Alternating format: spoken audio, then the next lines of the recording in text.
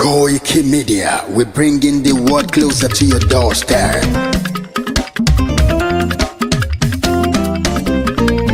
Koiki Media, Koiki Media, Koiki Media, we bringing the world closer to your doorstep. Koiki Media, Koiki Media, Koiki Media, we bringing the world closer to your doorstep. Àwọn sálára àgbà yìí dá, àwa ló láṣà àti èdè. Gbígbédè lárugẹ nílẹ̀ Oòduà o, àwa gangan ni bàbá. Koiki Media, Koiki Media, Koiki Media, we bringing the world closer to your doorstep. They never sabi wetin we carry for her. But they move closer before they go sabi. I said they never know wetin we carry for body. But they move closer before they go sabi. Ọ̀kín lọ lọ́jà ẹyẹ, ìníhùn ló ló lajú. Ẹyẹ tó dorí kodò bí àdán ọ̀pẹ̀tẹ̀ lẹ́nu.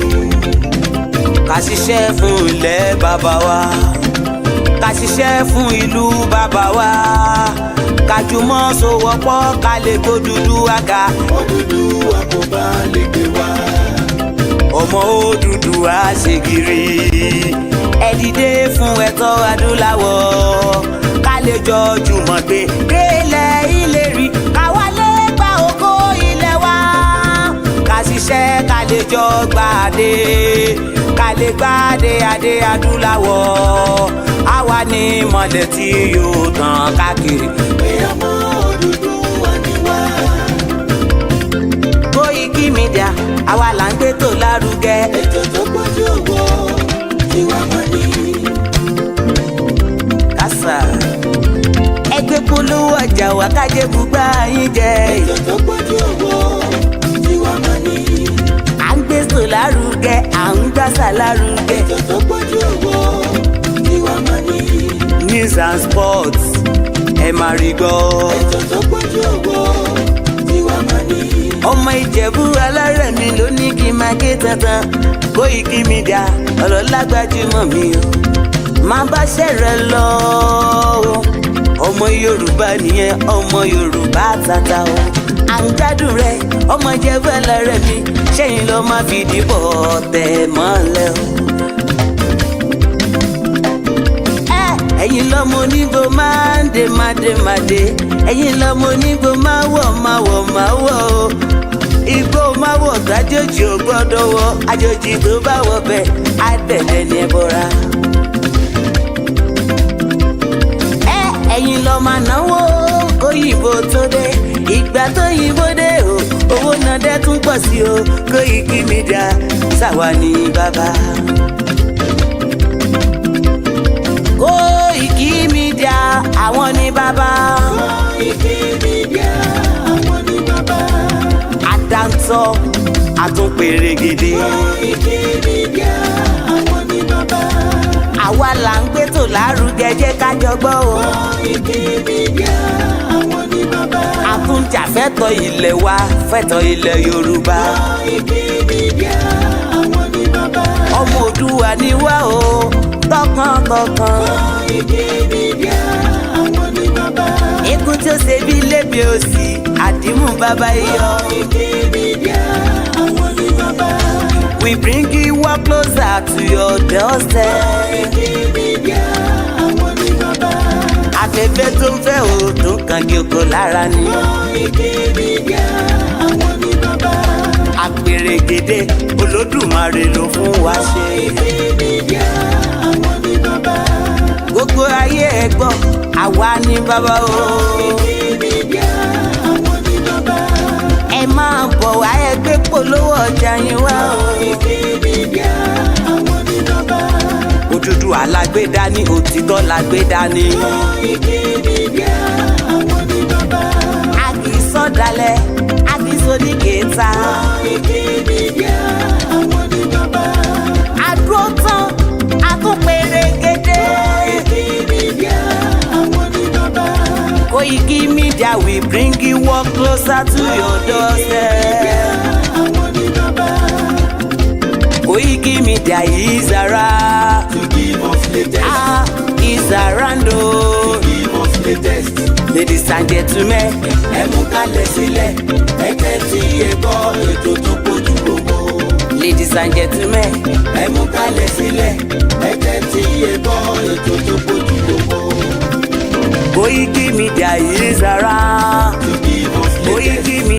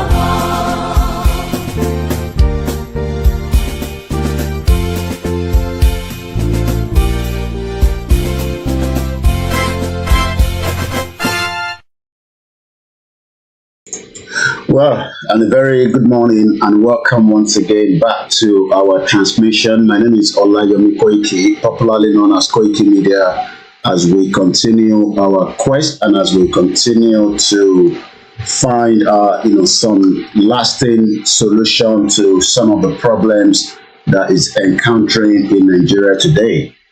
This broadcast will fully as much about 80 to 85% be in English, because I'm also carrying along our Biafra brothers and also the Arewa and the Ijo, because we are all involved and we are all entrapped in this amalgamation.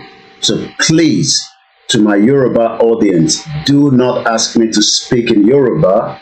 If you are not comfortable with this broadcast, you have the right. The social media is very full of different things where you can listen to a 24 hours Yoruba program without interruption. This is my platform and I will run it the way I believe I should, according to my own knowledge.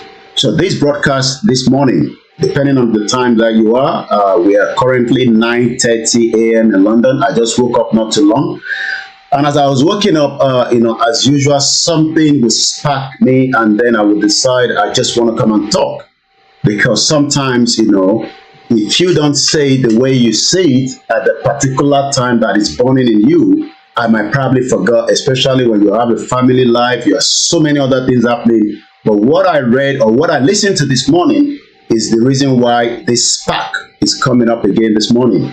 That does not mean that we might not have another program that will be a Yoruba program, but I beg you, my Yoruba audience, do not ask me to speak in Yoruba, not that I don't want to. I am carrying along the Biafra this morning. This program will be much more focused on our brother, a man that has spoken for the truth, not because he was a Nigerian prior before becoming a British citizen. He supported as many injustices that has taken place in Nigeria, and I'm talking about Mazi Nnamdi Kanu. So this particular broadcast is not just going to center on him, but it will also center back to what led to Nnamdi Kanu detention, rendition, kidnapping, and also similar to what almost took place when Igboho was almost killed. Now that we have almost the same thing that happened to Nnamdi Kanu happened to Igboho, a lot of Yoruba people decided that maybe what Nnamdi Kanu was fighting for was right. We might not agree with all his views. Some might say that he wanted Lagos to be burnt down. As far as I'm concerned, Nigeria has been burnt down ever since the 1914 amalgamation. The 1960 independence was a very, very fraudulent one. The Britain supported the North against every one of us. Yes, some might argue that Agurose destroyed the regional government. I never believed that we were given anything called a regional government, nor an independent. That is my opinion, because the British knew that merging us all together was kind of a friction that would be very, very dangerous for the near future. That amalgamation expired in 2014, yet many politicians today continue to believe that that amalgamation must continue. Nigeria was a project. Nigeria was never brought for any reason more than a project and a business center to the British Empire. So I'm going to start with the video that I picked up this morning from Aloy Ejimako. As many of us know, Aloy Ejimako is one of the lead counsel for our brother Mazi Nnamdi Kanu. And what he said gave us some kind of what many of us might probably not know. Not that we do not know, but the better insight of why 8 years down the line, Nnamdi Kanu is still being tortured for a crime asking for self-determination. And let me remind us, whatever your take as Nigerians, that country will be pulled down. It does not matter how soon, it does not matter when, but Nigeria will cease to exist as a country.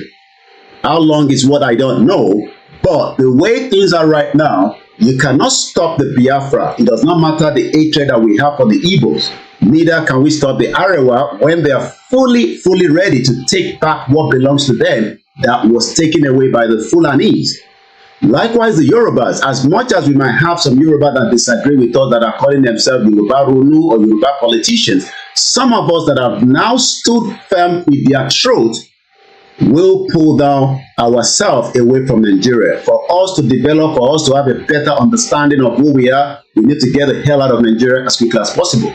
The Ijaw will rise up. Every indigenous people will fight what was created, because we were not consulted, neither was Jesus Christ or Muhammad or our tradition consulted when Lugard decided that he would take charge and merge every one of us together in a fraudulent amalgamation.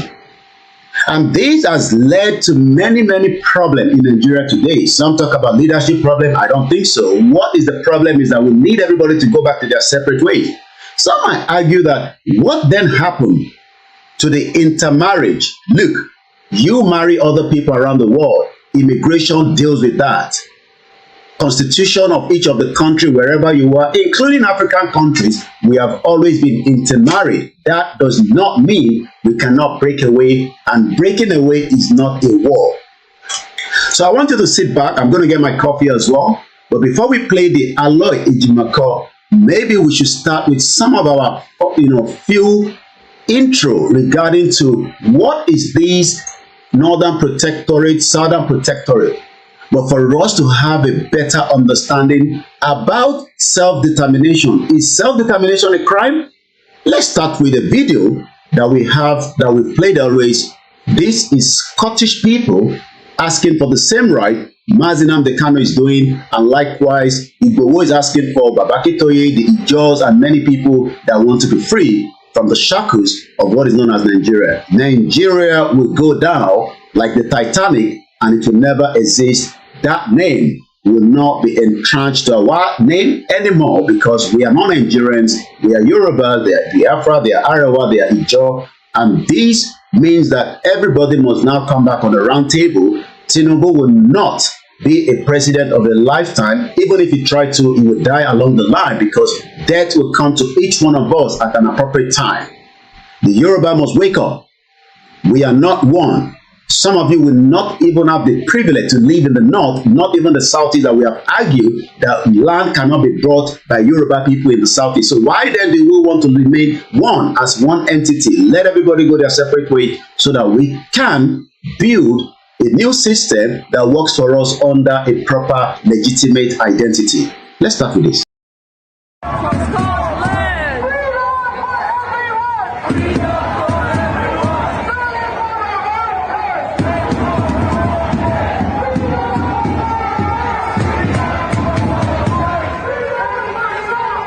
Freedom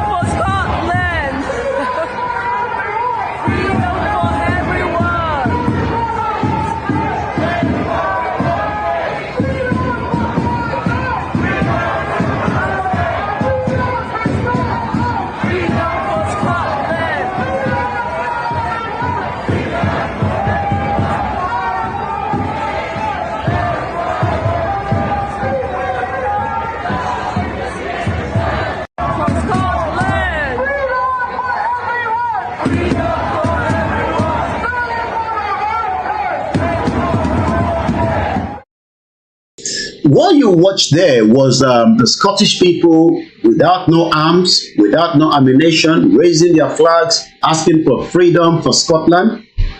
I know some of you will always want to say that the Biafra are armed. Well, right now, if they are armed, they have all the right to defend themselves from the Fulani terrorists, just like we are doing as well. So if anybody is saying that the IPOB has always been a very, very armed militant, I disagree. They were carrying a flag. They were doing exactly what the Scottish people were doing, as you saw in that video. For those of you that are watching us, if you're on Instagram, sorry, you will just have to look into my eyes for the rest of the program.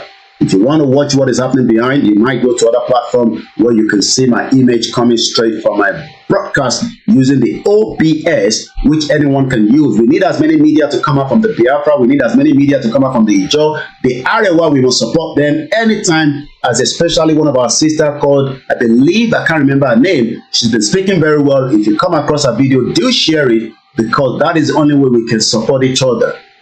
We will not have a Yoruba country where the Igbos will write our constitution, neither vice versa. The Biafra, the Arewa will have their country. I will not determine how they want to run that country. But right now in Nigeria, you will not be able to do all such. So what we watched was the Scottish people, where I was attending that event as well. As we were shouting freedom for Palestinians, we were also shouting freedom for Scotland. The only thing is we also shouted freedom for Yoruba people, because we had some Yoruba people that traveled for that particular event, I believe sometime about 3 years ago, if I'm right with my timing. But today, many Igbos continue to be attacked and killed and kidnapped. But the major one that sparked the global world was the kidnap of Nnamdi Kanu. And let me say this clearly, Nnamdi Kanu was not flying back to Nigeria on a holiday. He was kidnapped. All that in a 17 minutes or less of Aloy Ejimakor taking us back. So as far back as how Nnamdi Kanu came back in 2015, but we know that Buhari, the monster that have left the power now, and the ball is now in the hands of Tinubu to do the needful, use the presidential, executive order and allow this case to die down. That does not mean that Nnamdi Kanu must sign anything to say that he will stop agitating or asking for this Biafra. All we are saying to Tinubu is give him the presidential executive order to allow him to go. Even if you don't want him to be in Nigeria, you can escort him, just as he was done, back on a private jet that the Biafra will be able to buy or sponsor, and let him leave Nigeria peacefully for now. If otherwise, let me say this to everyone in Nigeria, there will be another civil war and there will be bloodshed, there will be millions of people that will die, and Nigeria will cease to exist. That is the fact. Nigeria cannot hold indigenous people backward, because we are asking, who is behind the Nigeria of today? Who is actually holding the division of Nigeria? Is it the British that decided to keep mute, knowing that Nnamdi Kanu does not hold any longer a Nigerian passport? He denounced that. But it seems that the Britain, where I live, think that they will hold every one of us back. They will not be able to stop me, neither will they be able to stop the Biafra. We will shut down Nigeria at the appropriate time. We will bring it down. But for now, we will first educate and give all the reasons why we need to go. Nobody, not even Joe Biden, can stop what is about to happen to Nigeria. The least they will do is move their citizens out of Nigeria and allow us to face the federal government. If it has to be fire for fire, it's going to happen. I can tell you that. How soon is what we don't know. But the Biafra are gearing up. They are doing what they call right now their self-independent referendum. They will pull out of Nigeria. They will fight back. Whoever wants to die will die. 40,000 people have died so far in Palestinian. America has not stopped the war. You will not be able to stop the war that is going to come in Nigeria again. Let's listen to Benny Sandy. Many of you might not know him. He's a member of America's senator. He was appearing on the Sky News right here in UK. Sky News is one of the most powerful news networks in UK and in Europe and around the world. But as Benny Grant was asked this question, what was the question? Let's take time and listen. There is one constitutional issue in the UK that I'm really interested, genuinely, to know what your opinion is on it, and that's Scottish independence. Look, it might be something that you haven't given much thought to, but over here it's such a live debate because, of course, we're looking for a new leader of the Scottish National Party. And one of the arguments is that, look, Scotland tends to tack more left politically. They've obviously had a Conservative government in Westminster for over a decade. What's your instinct on it? What's your gut say? Look, I'm not an expert on UK politics. I very much appreciate what the people of Scotland have done, what they're fighting for. And my, initial thought, not being an expert, they want to go their own way, they should be allowed to. So you think they should at least have the opportunity to that would seem to me. Don't tell anybody I said that. Don't worry, that's just between us. Okay. Don't worry, it won't go anywhere. It looks like it's a joke, but in reality, self-determination is not a crime. Self-determination has never, under the African Union Charter, under the United International Law, under the United Nations, but it seems that the federal government thinks that they can do and undo and shut down people that are campaigning for self-determination because we do not agree with their criminality, the corruption, holding indigenous people back, but they are part of the proxy for the West, and we know that. Whether it's Britain, France, whether it's America, it seems that they just want us to believe that we are one Nigeria, and few people enjoy Nigeria. Like I always say, that will cease to exist. When that stops, we can then all go back our separate ways. If we then want to have people that want to live with us, they would abide by the new rules. Let me take you to one more video before we then play Aloy Jimako, which I picked up this morning. This was also a senior advocate of Nigeria saying, look, there's always a solution to problems. There will always be problems. Even when there's a Biafra country, they will have problems. Even when there's a Yoruba country, there will be problem. Arewa country, there will be problem. But let that problem be within those countries, not the one that was formulated and put together in a fraudulent amalgamation by Lugard. And let me make this clearly. Lugard was not working on his own. Lugard was representing a country, as at the time, known as Britain. So whatever transpired by Lugard was endorsed, appreciated, given the full backing of the law as at the time for Lugard by the empire. That 100 years has expired. But it seems that many people doesn't want that expiration to completely pull down. 14 years after the amalgamation, it seems that many of us are still being told lies. But this president, a former president, told us that the reason why Nigeria is still where it is today, he stated it clearly, is because Britain wants Nigeria to remain one. But we, the indigenous people, will say to the British eyes, to King Charles, to whoever their government is today, Sir Keir Starmer, that we want to exit, but we are not going to take permission from you.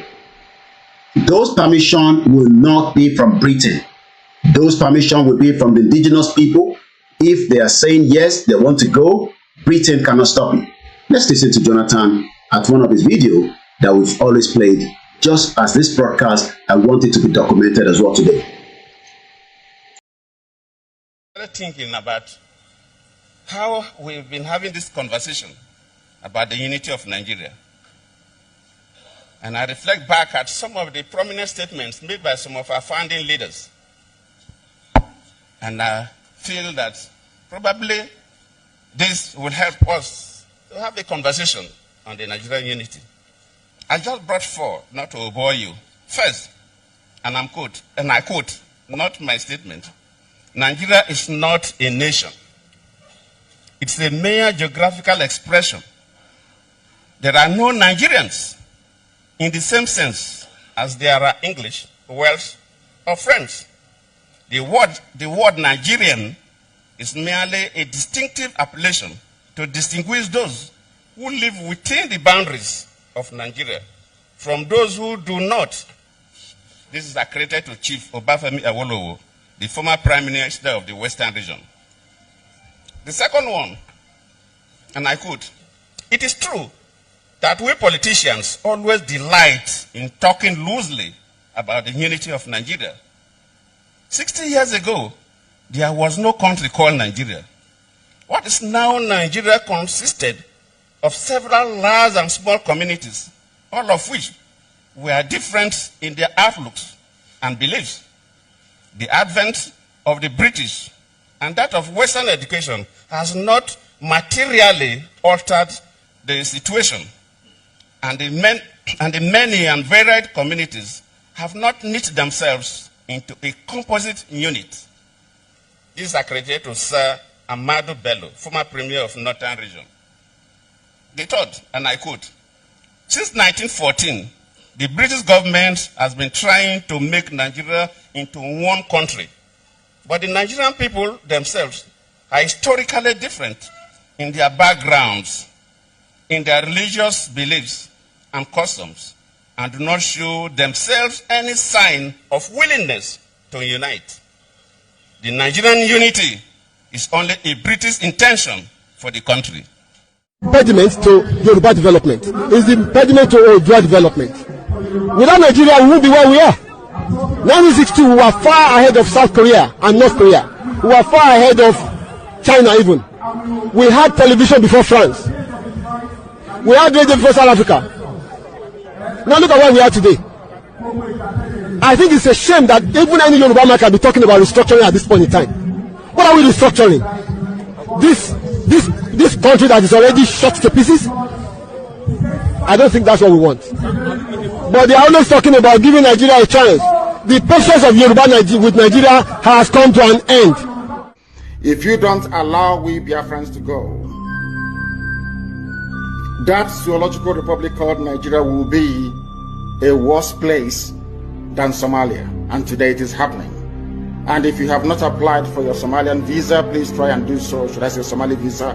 Try and do so as quickly as possible, because the zoo is on the path of destruction, and there is nothing man can do to reverse it. Mark today's date and what I'm telling you.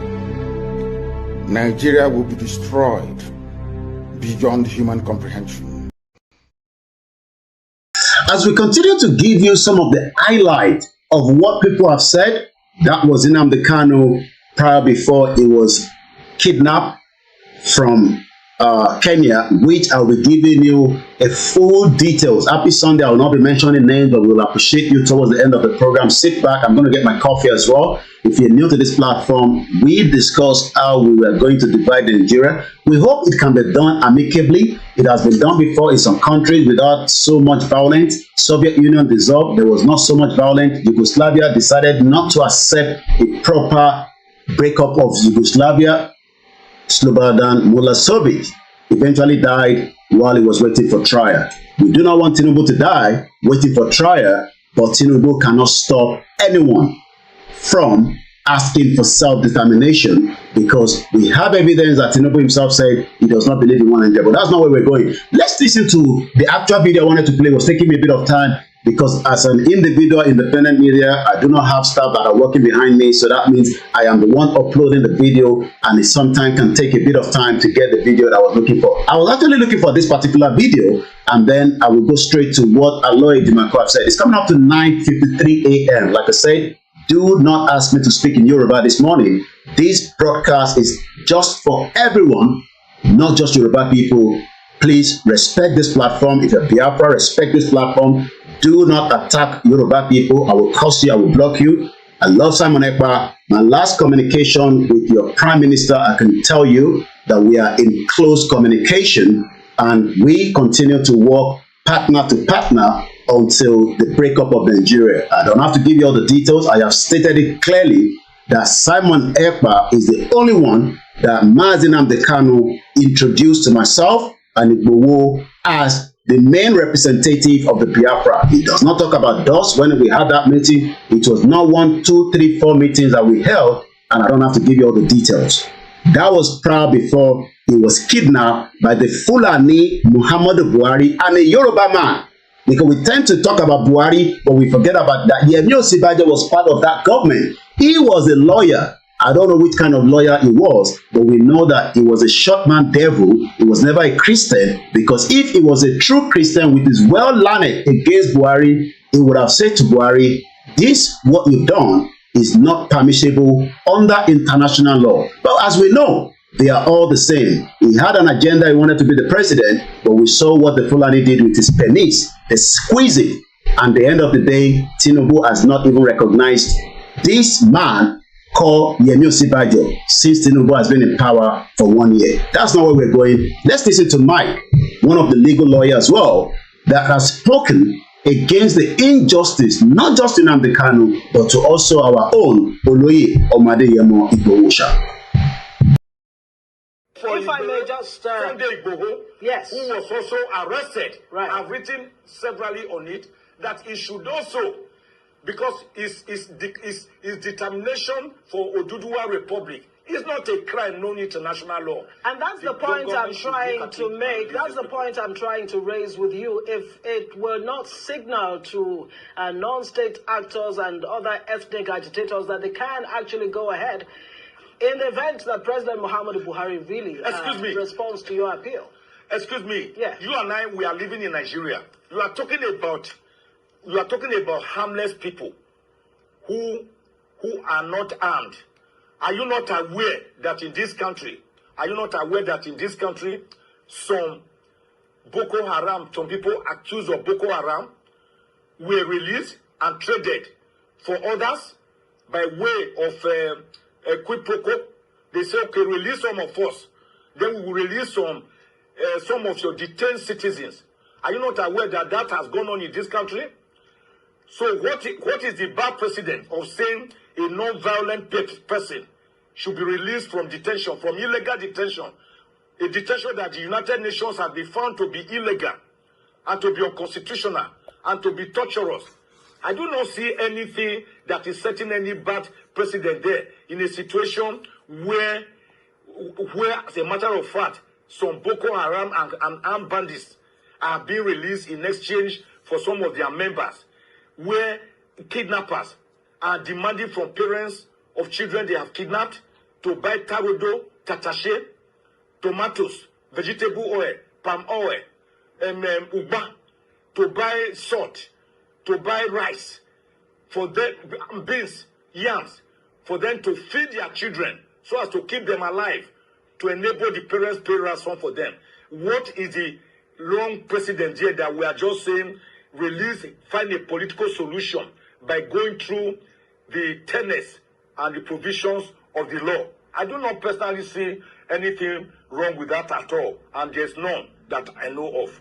And I cannot see it leading to any floodgate or any resurgence by other people coming to say, criminals coming to say, oh, you must also give me reprieve. It does not happen that way. How many Nnamdi Kanus do you have in Nigeria? And how many Sunday Igbohos do you have in Nigeria? These are people who have carried the specter of their people on their heads, and they have become a metaphor for their self-determination struggle. Well, now that we've taken you through a kind of a journey for almost 34 minutes, where we have points that self-determination is not a crime, it can never be a crime, but I think we should add this video. Then, as you can see, I've brought in Aloy Jimako's face onto the screen. On your right-hand side, that is Bola Tinubu, the current president of the Federal Republic of Nigeria, said, quote, as well, I don't believe in one Nigeria. But before that, let's add this other video, then I will then release what Aloy Ejimako said, taking us back in an 18-minute, 11-second video, how details of Nnamdi Kanu asking for self-determination, coming in and out of Nigeria until 2015, when Buhari, the monster, dead or alive, the criminal Fulani man that was not even part of Nigeria, brought from the jail, allowed to become a military trained in Sandhurst in UK, yet came back to become a democratic president in 2015. He was not taking it with Nnamdi Kanu. He decided that Nnamdi Kanu must be killed. We thought that Nnamdi Kanu was just attacking us, until we now realize that Igboho was going to be killed as well. I'll tell you all about that, because I would have been a dead man if I was in Igboho's house on the 1st of July 2021, just like the Python dance, wanted to assassinate and kill Nnamdi Kanu on the 2017 while he was on bail. We have Dezani in London on bail. Nobody's going to kill her. Nobody's going to attack her. She has the right to be on bail until the court case comes back next year. Why then did Buhari send in the military to kill Nnamdi Kanu? Who is behind it? Is it Britain? Is it America? Is it the West? Who does not want Biafra, Arewa, Ijo, Yoruba country to pull out, knowing that when this country pull out, we would also be competing, just like India is competing with the world today, just like all the countries that are not even up to the population of Ondo State. What we are saying is, let's still find a meaningful dialogue to resolve all this problem. If not, millions of more people will die and Nigeria will cease to exist. I will not stop saying that. We do not want bloodshed, but I do not see any reason why bloodshed is not coming if Tinubu continues to think that with his coconut head, he does not want to release Nnamdi Kanu on an executive order because maybe one country is saying to Tinubu, please, just keep him there as much as you can. We told Buhari the same thing. The Biafra will fight back and the Yoruba must keep shut when that time comes. Let's listen to this short 1-minute video, then we release the Aloy Ejimako video. Share the program, invite others. If you are new to this platform, it is called the Self-Determination Platform under the leadership of Professor ADEBANJI Akintoye. Other countries were refused. But we have to remember, and this is a really important point, that self-determination is an inalienable international right and a law as well. And other countries will recognise Scotland's democratic choice expressed at the ballot box. They will recognise that because that is the route that many other countries have taken in order to become independent. And just to make that point, that international law is very pragmatic on that point. So we should have confidence in that. So international law is very, very pragmatic about that. The Scottish people continue to push for self-determination. The Welsh people continue to push. Even the Good Friday Agreement is still very shaky, but we know that the island have become out of what is known as UK. So the Yoruba people will go, Arewa will be a country, Ijo will be a country, and you will not stop the Biafra. It does not matter the hatred that we have for them. I am not here defending them. I am not their spokesperson. All I am saying is, for peace to come back to sanity, then we should allow every country to go their separate way. So now is the time to listen to the lead counsel of Nnamdi Kanu on this 18 minutes, 11 seconds. I have listened to it before. I'll just be listening to it on the background with my coffee this morning. Happy Sunday, Sunday broadcast, as we say, 21st of July 2024. Same time with me with Nigeria, 2 minutes past 10 a.m. Like I said, just share the broadcast and invite others to join us. Wearing two hats. I'm speaking on behalf of Nnamdi Kanu. I'm also speaking on my own behalf. My name is Aloy Ejimako. I'm the special counsel to Nnamdi Kanu and the indigenous people of Biafra. And I'm speaking to you from a location in Nigeria. The man, Nnamdi Kanu, is well known. He's everywhere. He's on Wikipedia. He's an internationally acclaimed freedom fighter. But there's just a few things I need to tell you about him. What brought him to limelight was the formation of the indigenous people of Biafra in the United Kingdom in 2012. Simultaneously, he also founded Radio Biafra. And these two organizations were aimed at one thing: liberation for the people of Biafra, or restoration of the former Republic of Biafra that went defunct in 1970. The right to self-determination is a right that is guaranteed internationally, domestically, and continentally. It's within the black letters of Nigerian law at Article 20 of the African Charter on Human and People's Rights. The right to self-determination is guaranteed. So the formation of IPOB did not break any law. Not laws of the United Kingdom, not international law, not Nigerian law. But guess what? When Nnamdi Kanu, who was born in Nigeria, but who acquired British citizenship later on, came to Nigeria in October 2015, the government of President Muhammadu Buhari, which had come to power in May, decided to arrest him. He was not arrested between 2012 and 2015 because the government of the day at that time understood that self-determination is not a crime. But the government that came into power in 2015 in May decided that self-determination is going to be treated as a criminal activity. So he was arrested in Lagos. He was charged for treason, also for insulting the president and illegal importation of ready equipment. 3 charges. The treason one, they split it into 2, treason by himself and treason by conspiracy. This thing went on from 2015 until April 2017, when he was eventually granted bail. So he was detained for nearly 18 months. After granting him bail, he returned to his ancestral home in the southeastern part of Nigeria, and he was enjoying his bail when suddenly... Are you an immigrant working tirelessly? Between 10 September and 14 September 2017, the Nigerian army, without any justification whatsoever, levied lethal, massive military operations against Mazen Nnamdi Kanu's ancestral home. That day, he was sitting at home with so many people, his family members, including his 2 elderly parents. The attack was lightning, it was a bleakridge, it was massive, and it was not the type of an attack you will expect a national military force to levy on a civilian location. But they did. At the end of the day, 28 people lost their lives. Mazen Nnamdi Kanu sustained injuries. His parents sustained injuries as well, but somehow, by the grace of God, they all managed to escape. From there, the rest is history.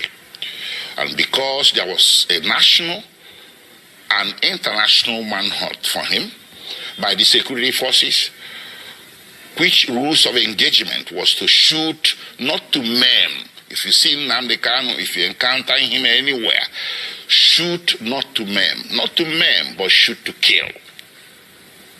That's what they went there to do on 10 September, but they didn't succeed. But it went on. They went on in a manhunt.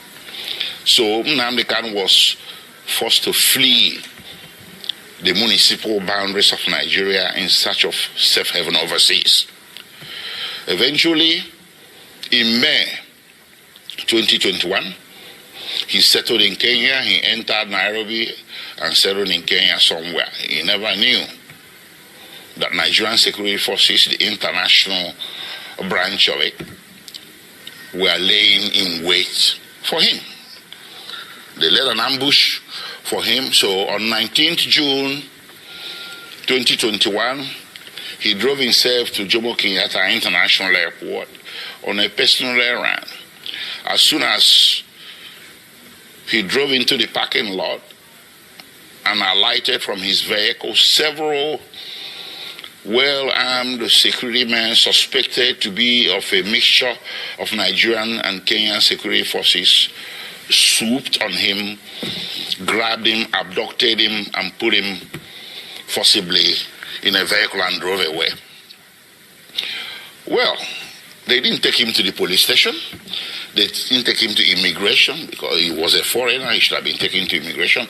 They didn't take him to any official law enforcement facility. They took him to a secret location in Nairobi, a non-official secret location. So in effect, they disappeared him.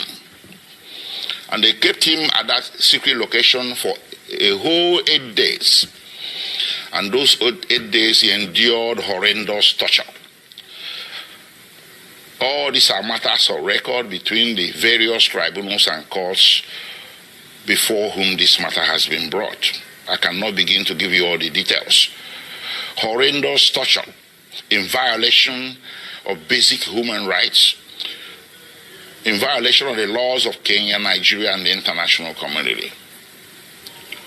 When Nnamdi Kanu was abducted on 19th June 2021, the proper thing that should have been done is to take him to a police station, from there to a court. And then if you wanted him back in Nigeria, you subject him to what is called extradition proceedings.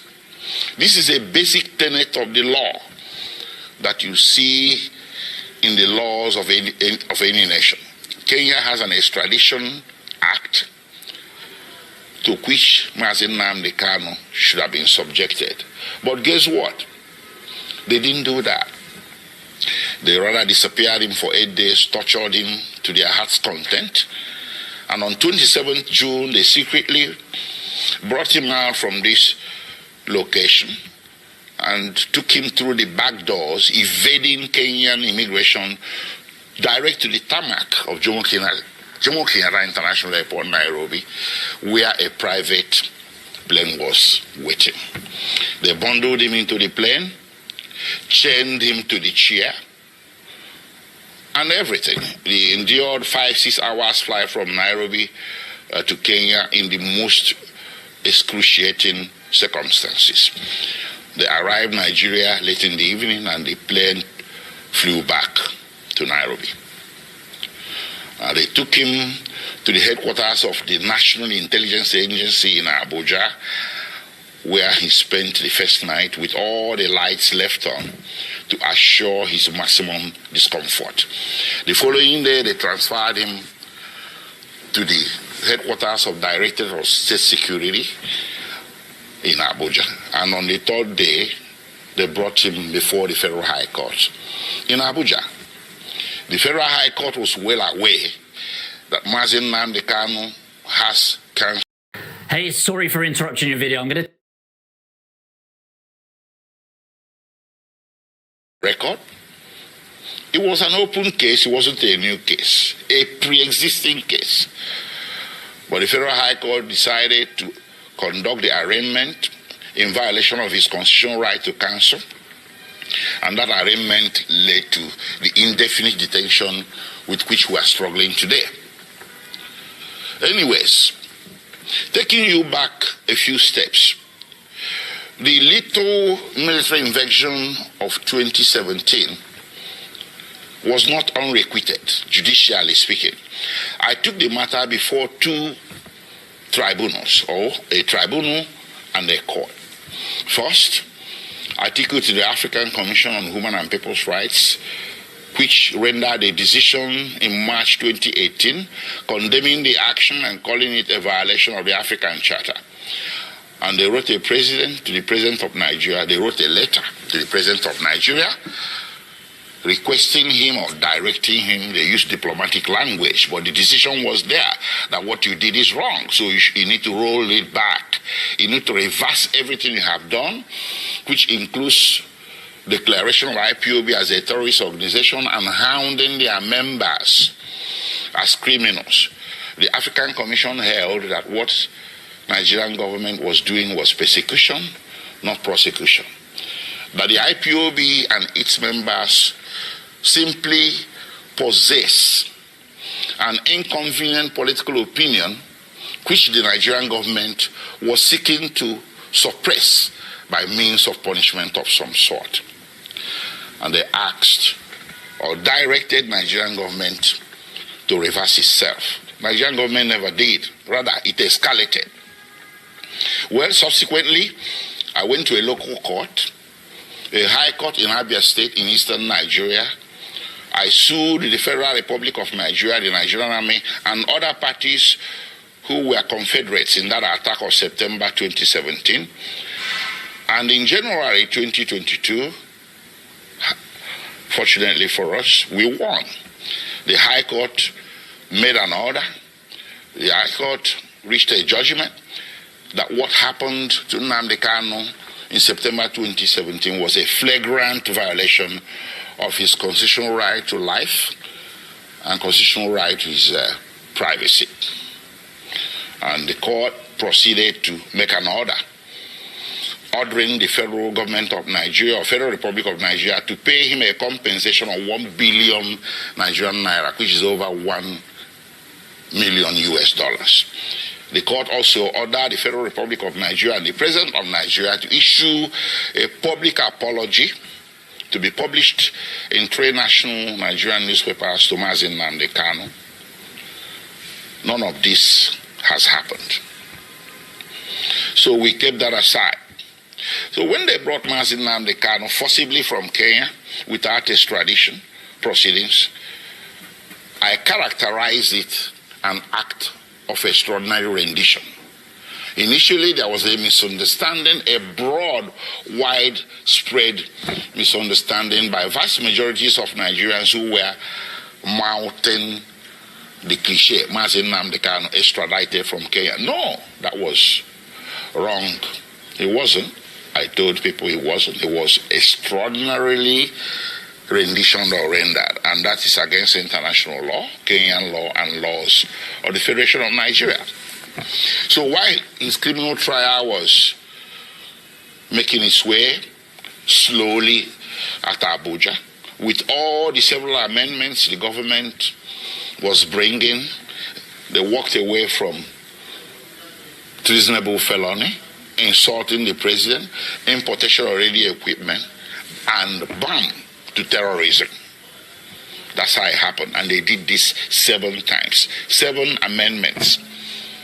If Nnamdi Kanu was guilty, why is it taking so long to bring him to trial between 2015 and today? That is 8 years. So what he's undergoing is not really a judicial trial. It's a trial by ordeal. Trial by fire. Imprisonment before conviction. They just want to get as many years of jail time out of him as possible because they know that with the evidence available, conviction will be impossible. And that was made worse by the extraordinary rendition, which I took also as a civil violation to a federal high court in Nigeria. And in October 2022, the Federal High Court came down with a judgment that extraordinary rendition was a violation of his constitutional rights, his fundamental rights, and they awarded him 500 million Nigerian naira. That's about $800,000. So all around, everywhere that this matter has gone to, including in July. Shalom, friend. Today I wanted to give you a wonderful 2022, before the Human Rights Council at the United Nations. The Human Rights Council, United Nations, came down with an opinion that what happened to Mazi Nnamdi Kanu in Kenya and that brought him to Nigeria is a very grave violation of international law. And they directed that he should be released unconditionally. And of course, the Court of Appeal in Nigeria did come down with a similar judgment. In same October 2022, discharging Mazi Nnamdi Kanu of all charges and bearing any further trial of his person in any court in Nigeria as a consequence, as a direct consequence of the extraordinary rendition. So what more can you ask for a man to deserve his freedom? How many have I counted? United Nations, which in this case should be considered a world court. Then you have the Nigerian Court of Appeal, which is the second highest court in the Federal Republic of Nigeria. Then you have the Federal High Court, which is the court of first instance at the federal level. And of course, you have the State High Court that awarded him 1 billion Nigerian naira. So between 2015 and today, 8 years and running, Mazi Nnamdi Kanu has snagged 4 major victories against the Federal Republic of Nigeria, with Federal Republic of Nigeria winning nothing. What more do you need as stark evidence affirmative evidence that what is happening here, ladies and gentlemen, is an act of persecution, not prosecution. It's time to end it. On his behalf, I will ask all men and women of goodwill everywhere in the world to speak up. There was this saying about Jews. When they came for the Jew, you said nothing. When they came for the Jew, you said nothing because you're a trade unionist. Then when they came for the trade unionist, you said, well, I'm a scientist. You said nothing. They took the Jew, they took the trade unionist. And then when they came for the scientists, nobody spoke for you. Mazi Nnamdi Kanu is a poster boy for all the injustices that a great race, the Igbo people, and their cousins in the former eastern Nigeria have been subjected to since the founding of Nigeria. These injustices became more public because since 2015 they have been escalated. So how do you fight back? You fight back by telling the system, I want out. I want my own country is not a crime. It does not require a bullet. It doesn't require muscular military law enforcement. What it requires is sitting across the table and talking about it. A lot of nations have been founded on referendum. That's what Mazi Nnamdi Kanu and the Indigenous people of Biafra were asking for. That led to all this conundrum, to all this saga.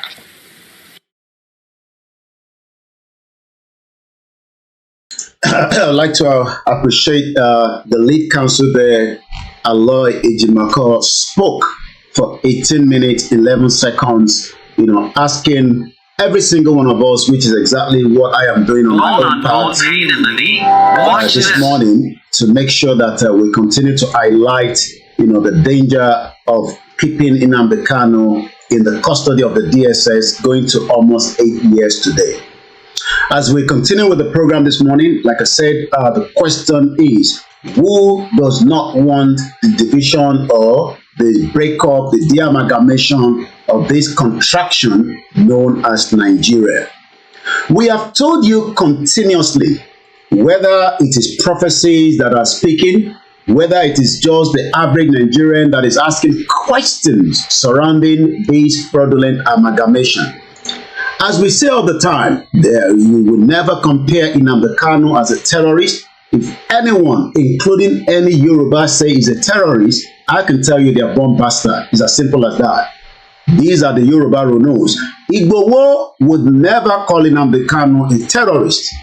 And even as much as many Igbos might not agree with Igbowo being released, because to them it looks like Igbowo was freed by Tinubu. And I've stated this clearly, very, very clearly, that Igbowo was not released by Bola Ahmed Tinubu. Igbowo was released by President Patrick Talon after Igbowo's mother died. And Igbowo's mother sacrificed for that. So let us continue to say that to many that believe that it is due to the fact that Tinubu is the current president, and that is the reason why he was released. So that is not.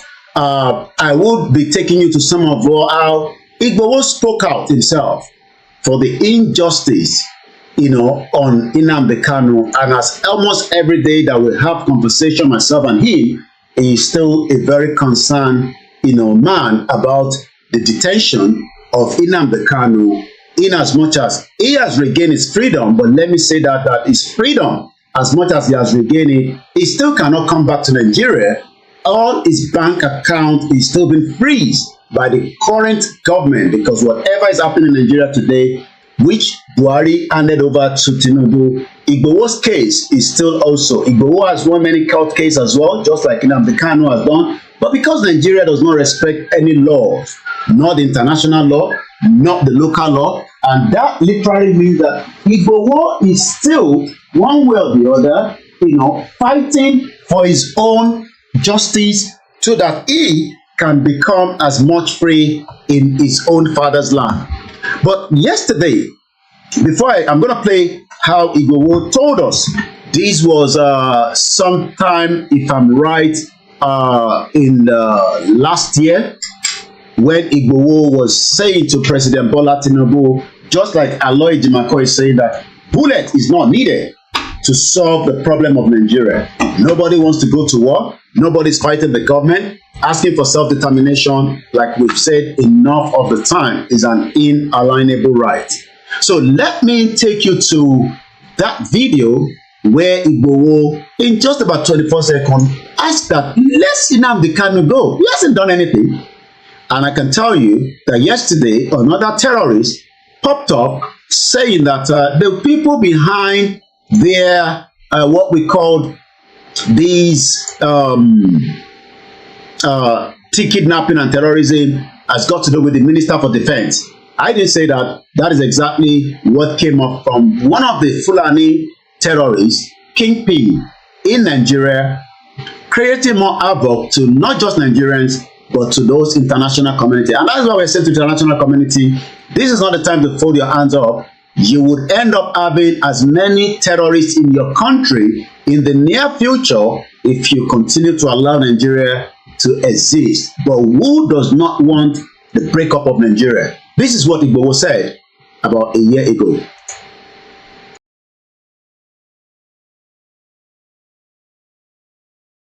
Release Nnamdi Kanu. Stop politics. This guy didn't do anything. Today is 27 February 2024. Release him. Let him go and stay with the family. This guy just fights for his people in the southeast. Like me, I'm fighting for my people in the Yoruba land. Release him. Let him go. Stop politics game. Release Kanu. Let him go home. Please, release him. Release Nnamdi Kanu. Stop politics. This guy didn't do anything. Today is 27 February 2024. Release him. Let him go and stay with the family. This guy just fights for his people in the southeast. Like me, I'm fighting for my people in the Yoruba land. Release him. Let him go. Stop politics game. Release Kanu. Let him go home. Please, release him. Release Nnamdi Kanu. Stop politics. That was Dr. Chief Sunday Igboho asking the current President Bola Ahmed Tinubu to release Nnamdi Kanu and let him go and stop playing politics with the life of this particular gentleman. You might not find him as a gentleman, but as far as we know, Nnamdi Kanu is not a terrorist. But let me quickly add this video of a terrorist coming out in a video again in Nigeria, saying it clearly that the whole terrorism happening today in Nigeria is still because they are being given a full support by their own Minister for Defense. Let's listen to this first. We played this particular professor, can't remember his name now, but I picked up this from one of the Biafra media this morning. Let's listen to this, then we'll go and listen to the Fulani terrorists telling us how they are getting support. We've said it so many times. The late Dr. Malafia warned us that it is just a child's play what has happened in the past. What is about to happen now and in the future, many Nigerians will die, not because of Biafra, not because of Yoruba, not because of the Ijaw, not because of the Hausa. Most of you will die in Nigeria because of the ongoing criminal Fulani terrorist insurgency across. And the most reason why you will die is because you will not be able to get back to your farm where you will have enough food to eat. That starvation will kill many of you, just as the Biafra war was taking place in '67 when Britain decided to use that same method to kill as many people in starvation and hunger.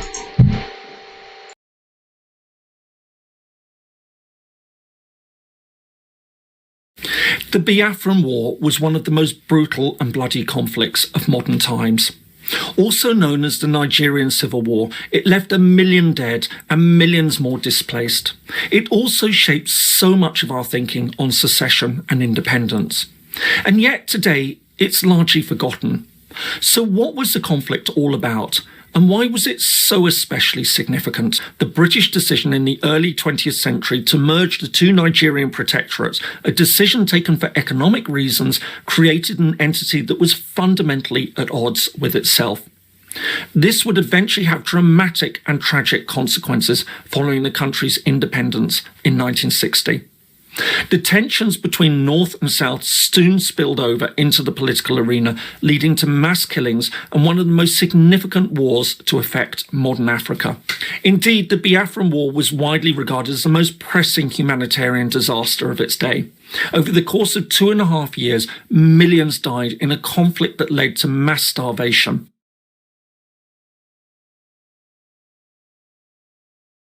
Well, you've just listened to I believe Professor Lindsay or something. We've listened to many of his very beautiful video that he has done in the past. But that is not where we're going this morning. Many of you might not know this particular man. This man that I'm showing you the face right in front of my screen is the current Minister for Defense, and already one of the notorious terrorists known as Tuji Bello released a new video saying stately in that video that they are getting all their support from this particular bomb bastard, another Fulani man. But many of us might probably have forgotten. Who is this man? His name is Matawale. Matawale is Bello Matawale is a Nigerian politician. They are always politicians, but behind the scene, in the middle of the night, they are monsters. If Tinubu leaves power, Yoruba people, you will die in Nigeria more, because these are the people that are just waiting, calculating, doing whatever Tinubu is allowing them to do right now, but knowing fully far that Tinubu will go, just like Jonathan left, just like Buhari left, and they will complete their mission and vision for you bastard that doesn't want to accept the breakup of Nigeria today. Many of you will die. I will not pity you. I am 3,000 miles away, like I always say. It will be very difficult for me to die in that country if I am not there. Doesn't mean that death cannot happen to anybody. But for us to avoid the death today, why should we allow this dumb bastard Bello Matawale, who is a criminal, supporting and manipulating us to believe that they are defending Nigeria, even though we have seen the sabotage within the military? He is currently, let's give you a bit of his background as we have it, because many of you Nigerians, especially the Yoruba idiot that we are talking to, think that Tinubu can hold us backwards. Tinubu is only there for a very, very limited time. And like I said, and I'm repeating it again, there is very, very concrete evidence that Tinubu will be killed by the current system known as the former Hold Babangida and the rest of them. They are planning to make sure that Tinubu can be killed and Shetima become the president, and they can hold on to the power as quickly as possible, because they're a little bit worried that maybe Tinubu might just, and I'm not saying fully, might just go in a different direction because he might not listen to them like Buhari was doing. So killing Tinubu will be a benefit for them, and Shetima will take power, and Shetima will take order from Sultan of Sokoto. Matawale Bello, popularly known as Bello Matawale, is a Nigerian politician and a teacher who has served as the Minister of the State of Defense since 2023. He previously served as the governor of Zamfara State. Now everything is adding up. Let me give you a full image of who we are talking about. Remember this video very well that I'm going to play right now. And many of us need to wake up, especially you idiot Yoruba people that are on the social media. Rather than us tackling the biggest threat to our life today, we are there fighting some stupidity. Yes, we know that the Igbos might have the intention to take Lagos State. They want to take the Southwest. Come out of Nigeria and let them come and try that nonsense. I cannot take over this country. This country does not belong to me. And I'm going to show you today that the Irish are warning every foreigners in their land that you will all face a blunt consequences within the next 10 years. They're careless about the government. An Englishman told me on Friday, just 2 days ago, that there will be civil war in this country. And I know what that means is to target us, especially if you think you hold a British passport. Well, the British passport, as far as I'm concerned, is as useless as tissue paper if Nnamdi Kanu is still being held with that same British passport that many of us want to die and live in this country for so many years because we are trying to regularize our papers. Let us go and fight our own and defend the Yoruba land against the Igbos. They are listening to me right now that wants to take our land if that is their intention. And I've said it clearly that we will fight them back if that is their intention. But the intention of you staying in Nigeria today means that they have every right to move according to the constitution of that bloody nonsense country and we are calling Nigeria. So let me add this video, because this video is now making sense when this man was telling us, because we know that Bello Matawali was a governor before. So was he the same person that this man was telling us? But because we are Nigerians, stupid people, all we do is moan. Go and watch Big Brother where they are showing their bottoms and their breasts and their penis, while we are talking about the real deal. Why the protest that is about to start, we are not endorsing the protest. That is almost coincident with when the BB Nigeria will start. I won't be surprised that those bomb bastards that want to go out on protest will end up watching BB Brother rather than be on the street and fighting for their rights. Self-determination is an inalienable right, and this is how they killed the late Malafia. May so continue to rest in peace. Listen to this. Which is it for you, Dr. Obadiah? Do you think the government is unwilling or unable to protect the people of Southern Kaduna? In fact, it is not only unable, it is unwilling, and we have good reason to feel that they are part and parcel of the killers. Let me make some revelations to you. That's a very big allegation, Dr. Obadiah. The government is part and parcel of the killers. Yes. That's big. Yes. Yeah.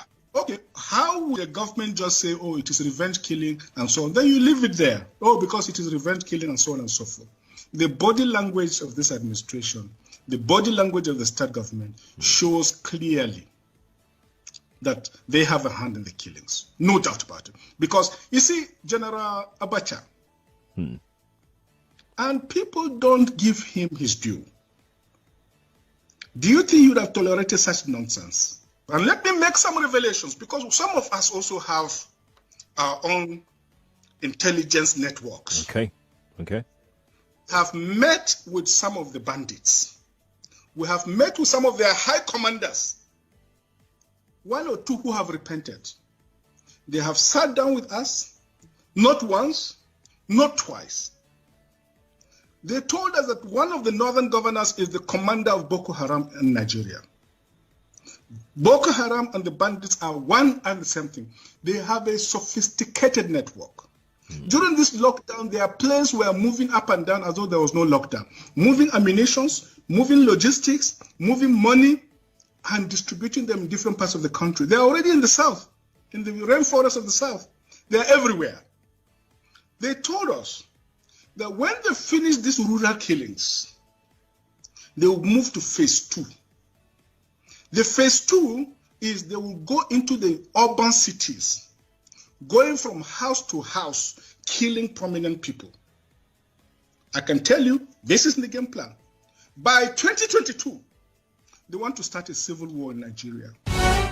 But our historic memory includes the notion that your greatest days were under Ivan, Peter the Great, and Catherine the Great.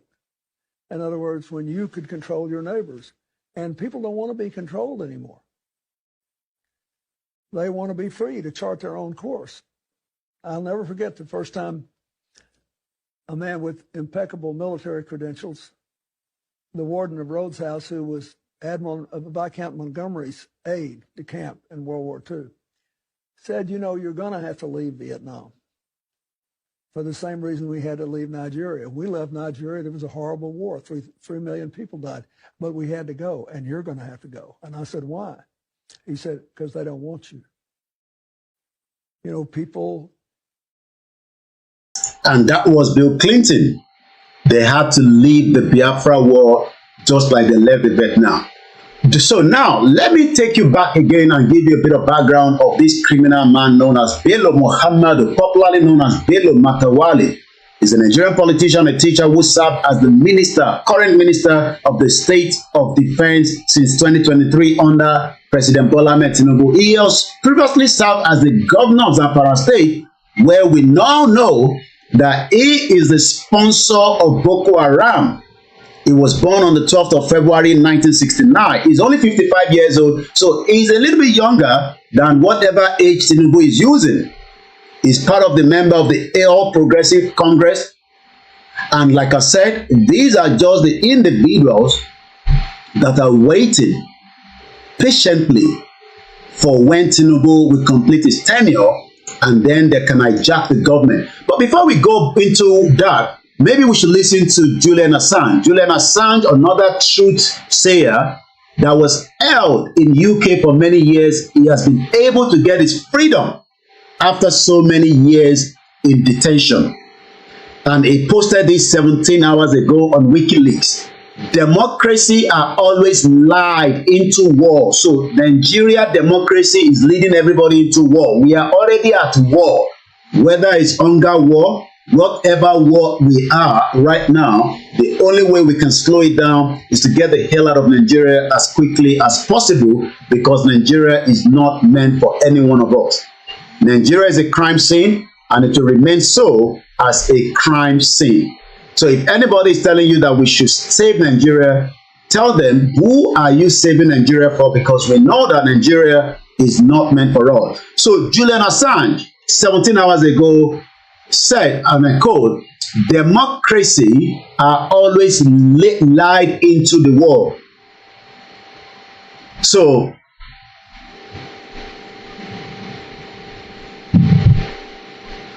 as we always say all the time, let us remember that we can only save ourselves. It is not just lies by intelligent analysts. They will sit down on the screen, tapatopo, they'll be speaking big grammar. It's all crime. When you start listening to those criminal bastard Yoruba, Igbos, Hausa that are coming on the TV and telling you, oh, we will save Nigeria. I told you Dele Momodu yesterday. He's telling us the Nigerian economy is dead. He needs to be telling us that Nigeria is dead, not the Nigerian economy.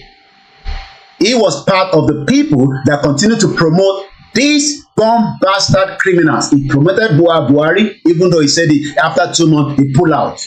He's now talking about Tinubu's government, but he never told us how Jonathan and Obasanjo and Yaradua, all these criminals that were running the government for 16 years, sucked everybody dry.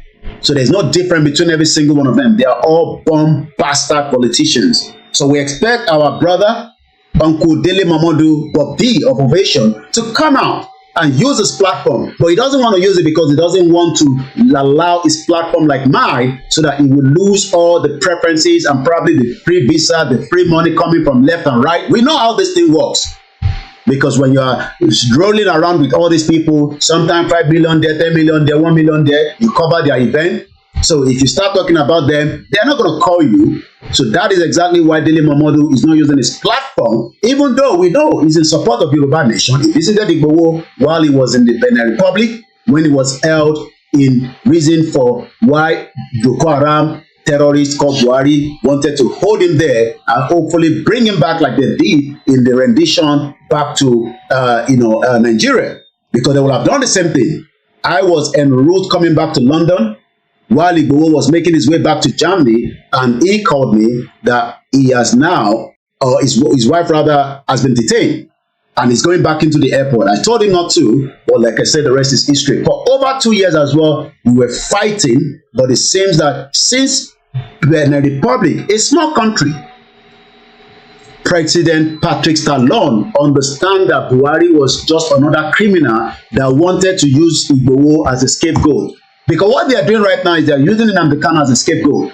So Talon has faced something similar to what Igboho was going through, looked at all the files, even though the DSS criminals and all their government officials could not. Remember, Buratai was the ambassador as at the time.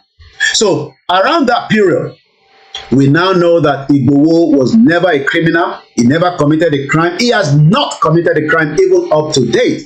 But rather than the government to understand that they wanted to kidnap him back from Benin Republic. An helicopter was sent, but we thank our father, Professor Banji Akintoye, at the middle of the night, stopped that helicopter from even landing in Benin Republic.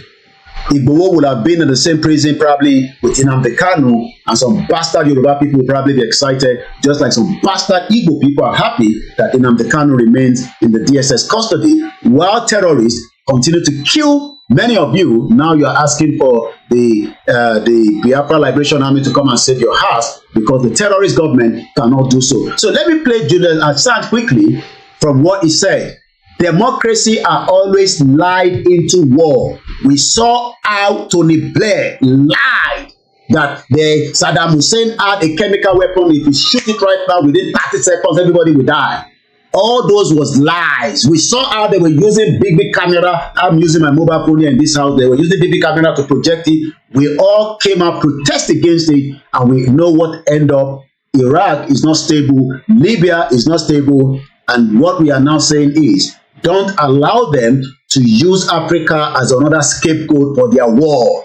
If they want to fight with Russia, let them kill themselves. Leave us alone. We don't want to be in that war. We are not interested in war. We just want to live lives and enjoy life. And don't come and tell me about heaven. Enjoy life here before you talk about heaven. So let's listen to Julian Assange. Then we'll go and play that video of a new video released by Tuji Bello, a terrorist, saying that you guys doesn't know what is happening. Matawali is our sponsor. He has been giving us weapons to kill many of you. And if you don't believe that, let's even play this to back that up. Every one of us must rise up. The armed forces are not neutral. They collude. They collude. They collude with the armed bandits. They kill people, kill Nigerians. They facilitate their movements. They cover them. If you are depending on the armed forces to stop the killings, you will all die one by one. And that's exactly what has been happening. But this idiot, another Yoruba idiot, that is a criminal, he was a lawyer in America. He was a defrauder.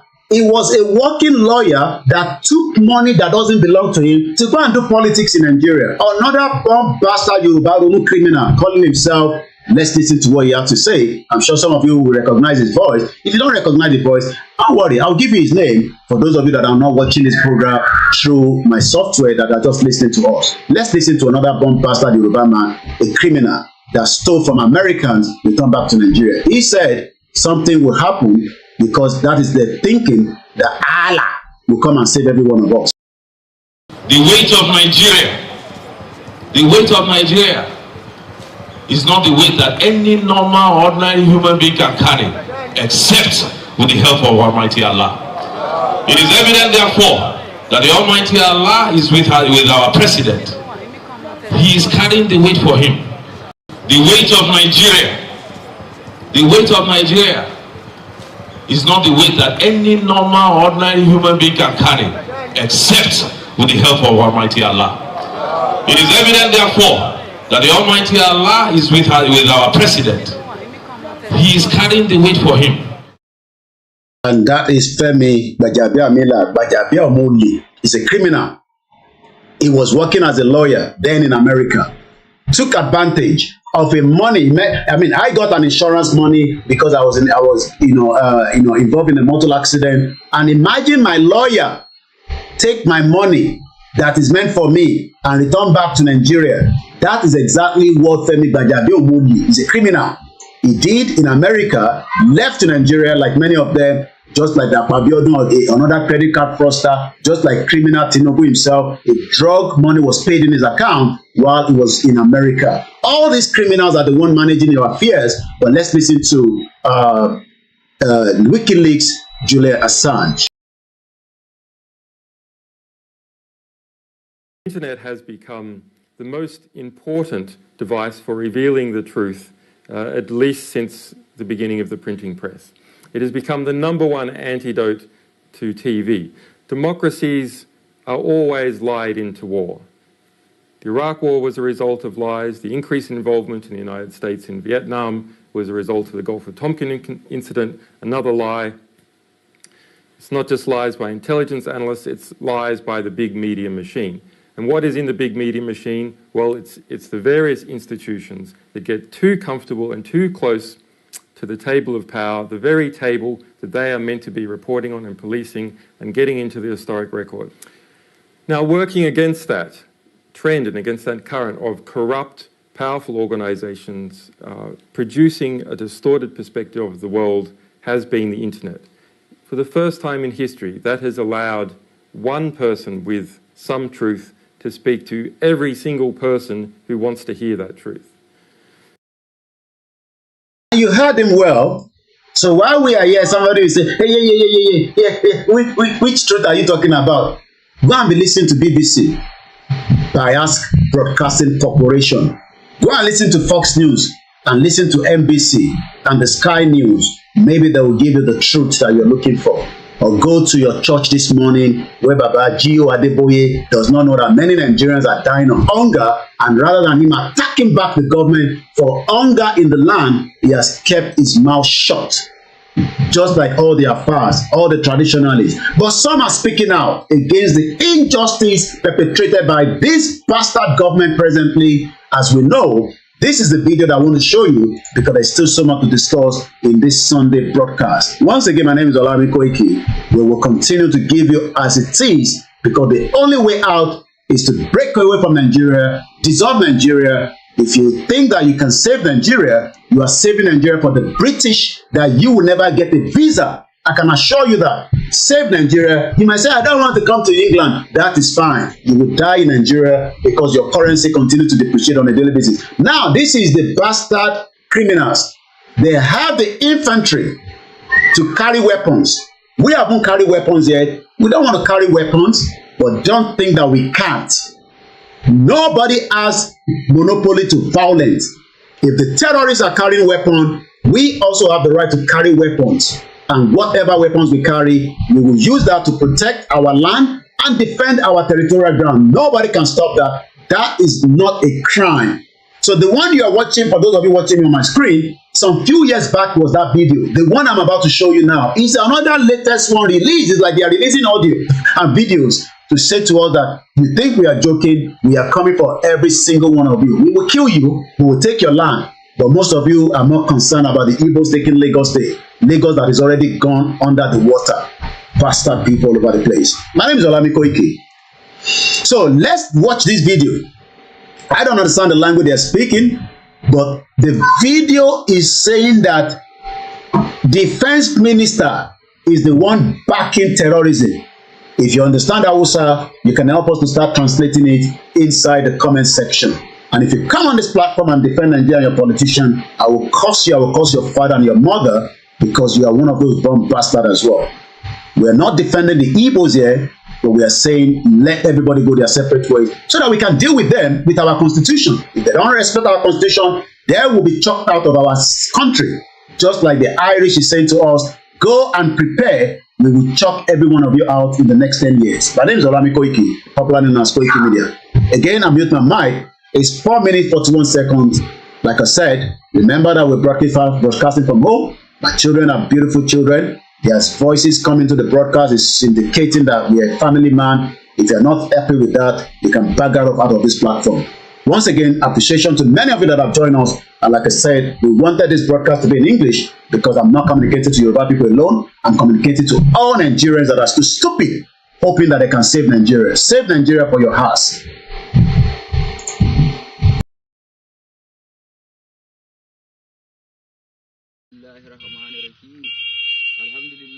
Gode ma Allah subhanahu wa ta'ala da ya kawo a wannan shekara ta 2024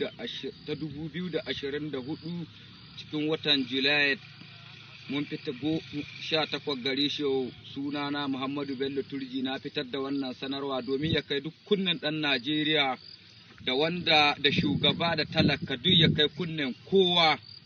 Sako ne zan ba ku 'yan Najeriya saboda haka matsalar tsaro da muke fama da ita ina mai tabbatar muku wannan abun gwamnati ta so kuma ita ta tsarmi mata ta'addanci gindi mi a hujja ta mi dalili gwamnatin Zamfara wadda ta kau ta gwamna excellency Matawallan Maradon duk wanda aka faɗi haka ya san kowa an Matawallan at least if we no understand anything wey they don dey talk for the last how many minutes now, we just add Bello Matawali. Is there another Bello Matawali that they call Zamfara? So even if you don't understand Hausa or the Fulani or Fudi the way that they talk, you can just add it together. They're talking about one person, Bello Matawali and Zamfara with the people. And you can see them fully armed. These ones are not even carrying any more AK-47. They are carrying RPG that can shut down that aircraft that you think that they cannot bring down. I pity a lot of you that are traveling and thinking that you don't want Yoruba nation, you don't want Biafra nation, Arewa nation, Ijaw nation. One day, those aircraft will be brought down. Don't tell me it cannot happen.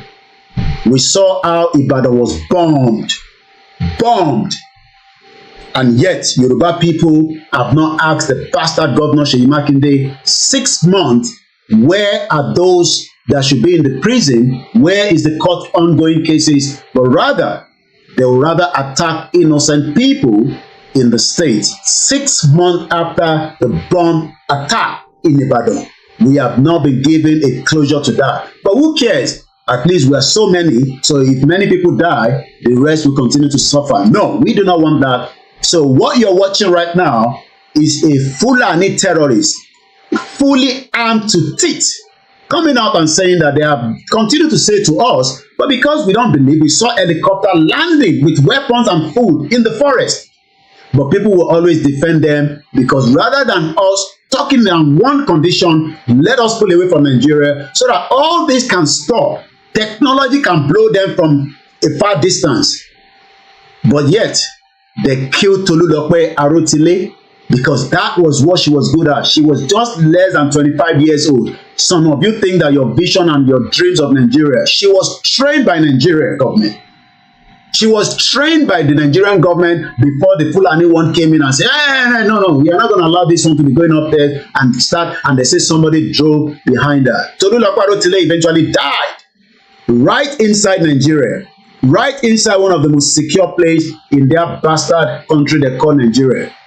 And today, how many more Nigerians will die if you continue to believe in one Nigeria? And bad governance is not the issue. And Nigeria should be the hashtag. Let everybody goes back. But because you are thinking that when we get that country, you will continue that your criminality.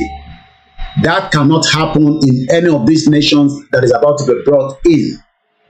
Because most of you are just waiting for your turn. Na turn by turn, no. Na jagaban turn, no. Turn by turn, no. Everybody's waiting for their turn. Criminal bastard Nigerians. Rather than now say that we want to end Nigeria, they want to end bad governance. I'm going to bring Peter Obi. You know, go better for Peter Obi. We show you the new power. Turn bastard. What has he done when he was in Anambra State? Well, it looks like Tinubu is going to arrest him. Let the spark happen. We are waiting.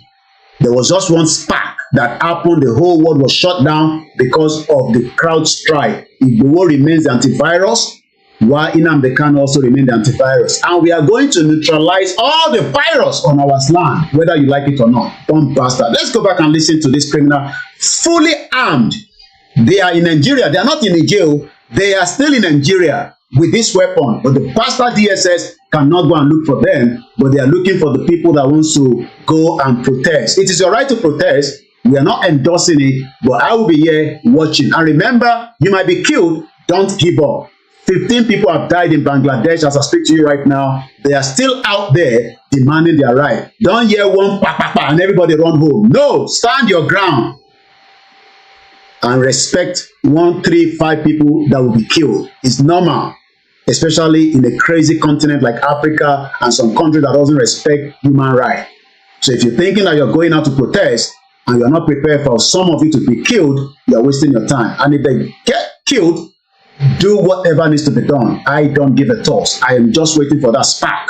Let's go back and listen to this bastard. I might open the phone line for the next 25 minutes when we will go into the last hour. We've done 1 hour, 35 minutes. My name is Oluwole Koiki. And once again, I will also open the Twitter space. If you come in, please respect my platform. I will allow you to speak. But if you're telling me about one Nigeria, I might disconnect you. I'm not interested in one Nigeria. Nigeria is a bastard country that the British created, and they're the only one enjoying it. That is why white people, my mom doesn't like me use that word, so I'll use Oyibo people, are more preference to you bastard Nigerians than you, the citizen. Let Oyibo man land at the Muritala Mohammed Airport. They'll rather not even search him. But you, the Nigerian, coming with your passport, they'll be asking you where you're coming from. Idiot all over the place. A saboda haka abin da ya sa muka zargin sun ɗarme mata'addanci gindi yanzu a dubi akwai wasu mutane duk wani ɗan ƙaramar hukumar mulkin shinkafi da zurmi da isa bai isa ya ƙaryata wannan bidiyon ba kuma bai isa ya ƙaryata mu ba. Akwai wasu mutane duk wani wanda ko da ɗan Najeriya shi wanda a can kama kana Bauchi baka san matsala ba, kana Kaduna baka san matsalar Zamfara ba. To muna tabbatar ma da gwamnatin tarayya ita in bata sani ba. Akwai mutane zan ba da shaida da hujja da dalili da takamaiman magana wadda duk mai hankali ya je ya karanta ko kuma ya je ya binciki tarihin waɗannan mutane. Kuma inga aka je aka yi magana da su a ba mu wannan wuri ko a ba mu mina ne ko a ce muna mina ne to mu mun fito shi matsayina na ɗan ƙasa ga na fito tsakanina da Allah na gai gaskiya. Gwamnatin Zamfaro da ta gaba da ta Matawalle ita ta ɗarbe makarya ke. An yi sulhu na farko da ita to abinda asa sulhun ta ki zamnawa. Kowa ya sani, ni na sani duk al'ummar da a jihar Zamfara, Shinkafi da Zurmi da Isa sun san da wannan matsalar. Akwai wani mutum ana ce mashi marigayi dudu, ni fatattake su don su hana Shinkafi ta zamna lahiya. Suna da bindiga sama da bindiga 200, Matawalle ya ɗauke su ya kai su gidan gwamnati. In ƙarya ne suna gidan gwamnati har yanzu, in gobe in ƙan gaskiya ne suna gidan gwamnati har yanzu. Da muka kashe Dullu, Kabiru Maniya, a faɗa mana inga gwamnatin Zamfara ko ta Sokoto ko ta tarayya ta je ta yi sulhu da shi ya bada makaman shi, a gaya mana wurin. To tunda babu wurin ko Bashari Maniya a gaya mana inga ya bada bindigogin shi ga gwamnati. A fito a faɗi wagga magana ina sun ka bada su. Kowa ya san suna da bindiga sama da 300, ni na ɗauki bindiga 30 gare su. A fito a faɗi wagga gaskiya abin da ke tafiya.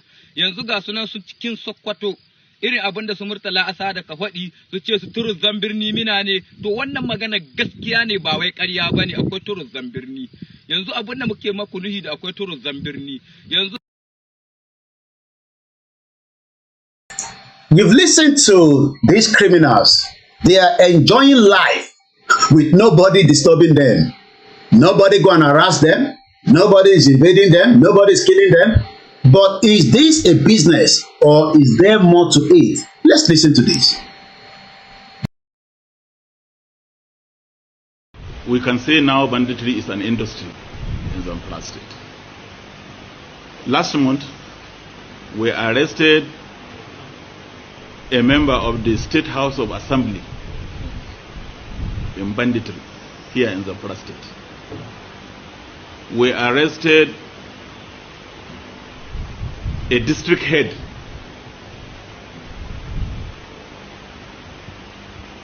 we also as well arrested a former local government chairman. So you can see that involvement of this class of people in banditry is more making the situation to become more and more complex. So in essence, I can say that all caliber of people now are involved. All manner of people are involved in this banditry. More alarming and more disturbing is the involvement of a district head in supplying drugs to the bandits. Thank you so much, Your Excellency, for your time tonight. My question earlier is that are there political motivation for the rise of banditry in the the northwestern region of the country? Who are those that are backing or supporting or fueling banditry in the region?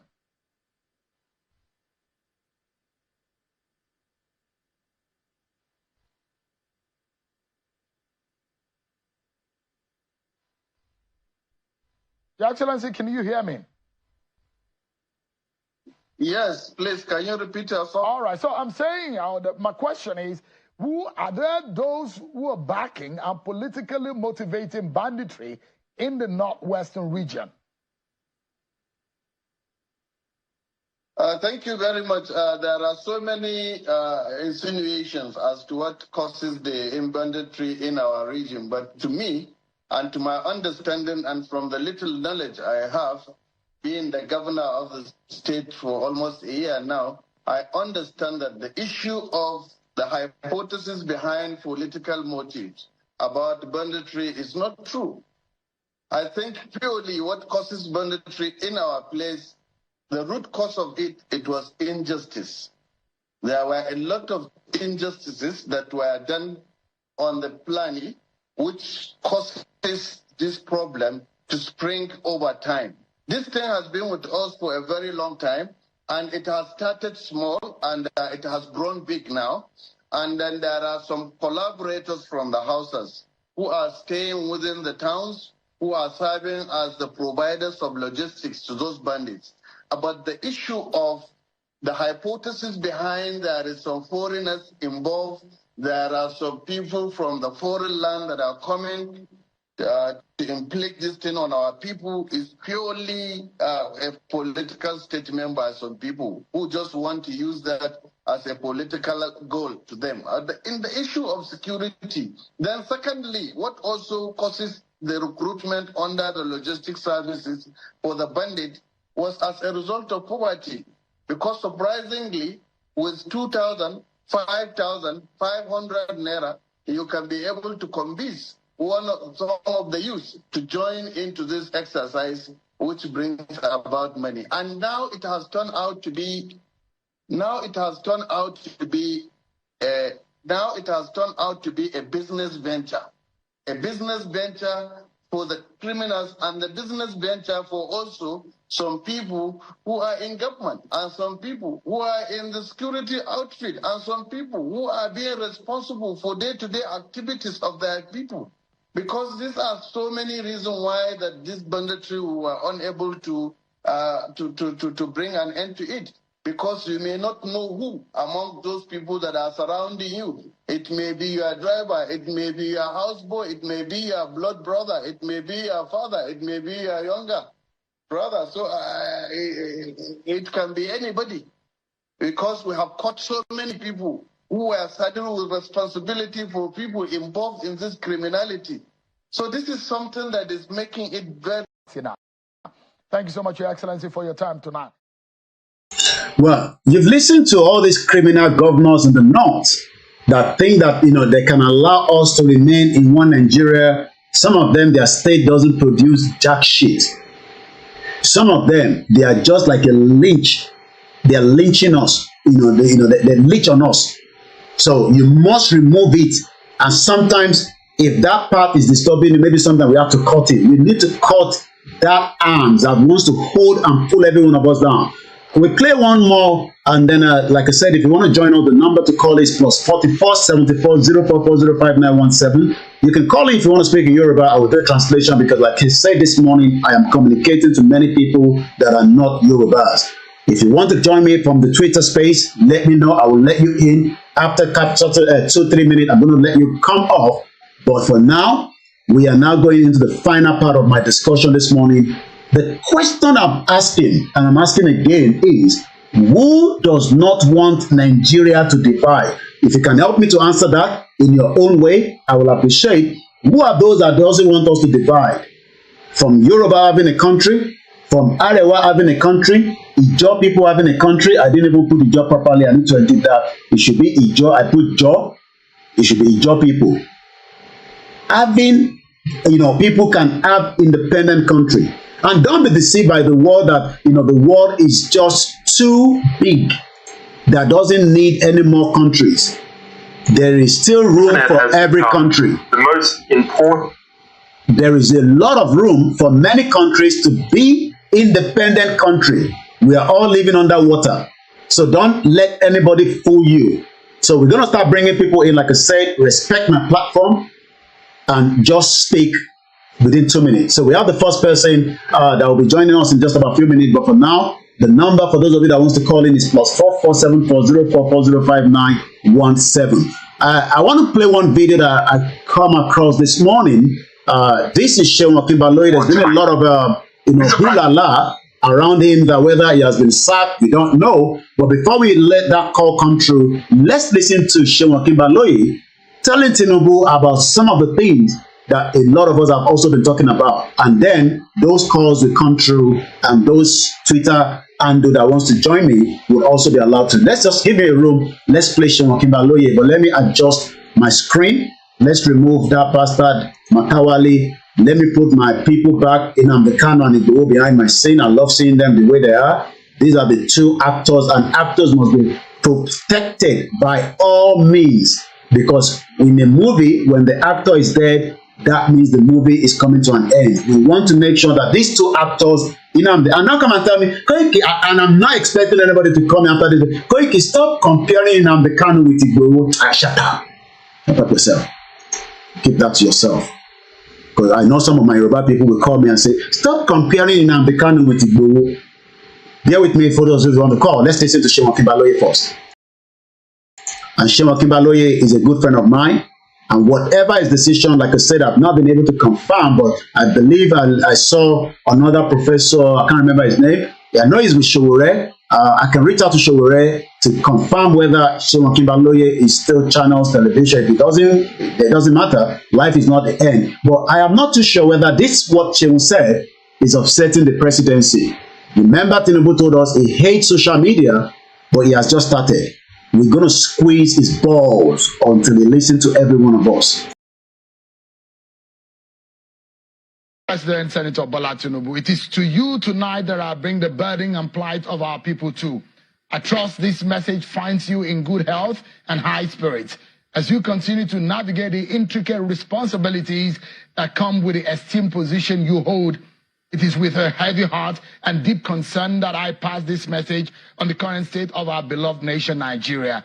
In a time when the heartbeat of our nation is racing with fear and the very fabric of our society is tearing at the seams, we stand at a crossroads. President Tinubu, the nation calls for your undivided attention as you embark on a private visit to France. Our beloved Nigeria is grappling with unprecedented challenges that demand urgent and decisive action. Kidnapping and abductions are the order of the day. From Lagos to Kaduna, Taraba, and violent and criminal activities have pervaded our land. Even in the heart of our nation's capital, the audacity of kidnappers has become a sinister reality, striking fear into the hearts of our people. Our citizens are living in constant fear, unsure of their safety and the safety of their loved ones. This is not the Nigeria we dreamed of, not the renewed hope that was promised. We applaud the gallantry of our security operatives, but indeed more work still needs to be done to keep the people safe. Efforts are being made, but it appears they are not far enough. What has become the strategies of state policing and community policing that's been talked about several years, and the huge white papers and advisory notes on how to tackle insecurity in Nigeria, where are they? President Tinubu, as a pro-democracy agitator, isn't it the right time to restructure Nigeria for it to work properly? Is the Nigeria you and your friends fought for, is it the Nigeria that you're talking about? The removal of subsidies has unleashed a tidal wave of economic downturn, leaving families struggling to make ends meet. Prices of commodities have gone through the roof. The biting effects are felt across the nation, and the loss of confidence in the government is palpable. This is not a time for complacency. It is a time for bold, unwavering leadership. Mr. President, I think it is about time to get the nation's eggheads in one room and find a lasting cure to our ailing economy. As you stand on foreign soil, Mr. President, remember the weight of your responsibility to the Nigerian people. Our citizens, including those who voted for you, are losing faith in the government. The implications of the loss of confidence are far-reaching. And as a leader, you cannot afford to look away. Investors are fleeing the nation like never before. Economic potential of Nigeria is being squandered, and the consequences will be felt for generations. We urge you, Mr. President, to take immediate measures to create an environment that attracts and retains investment.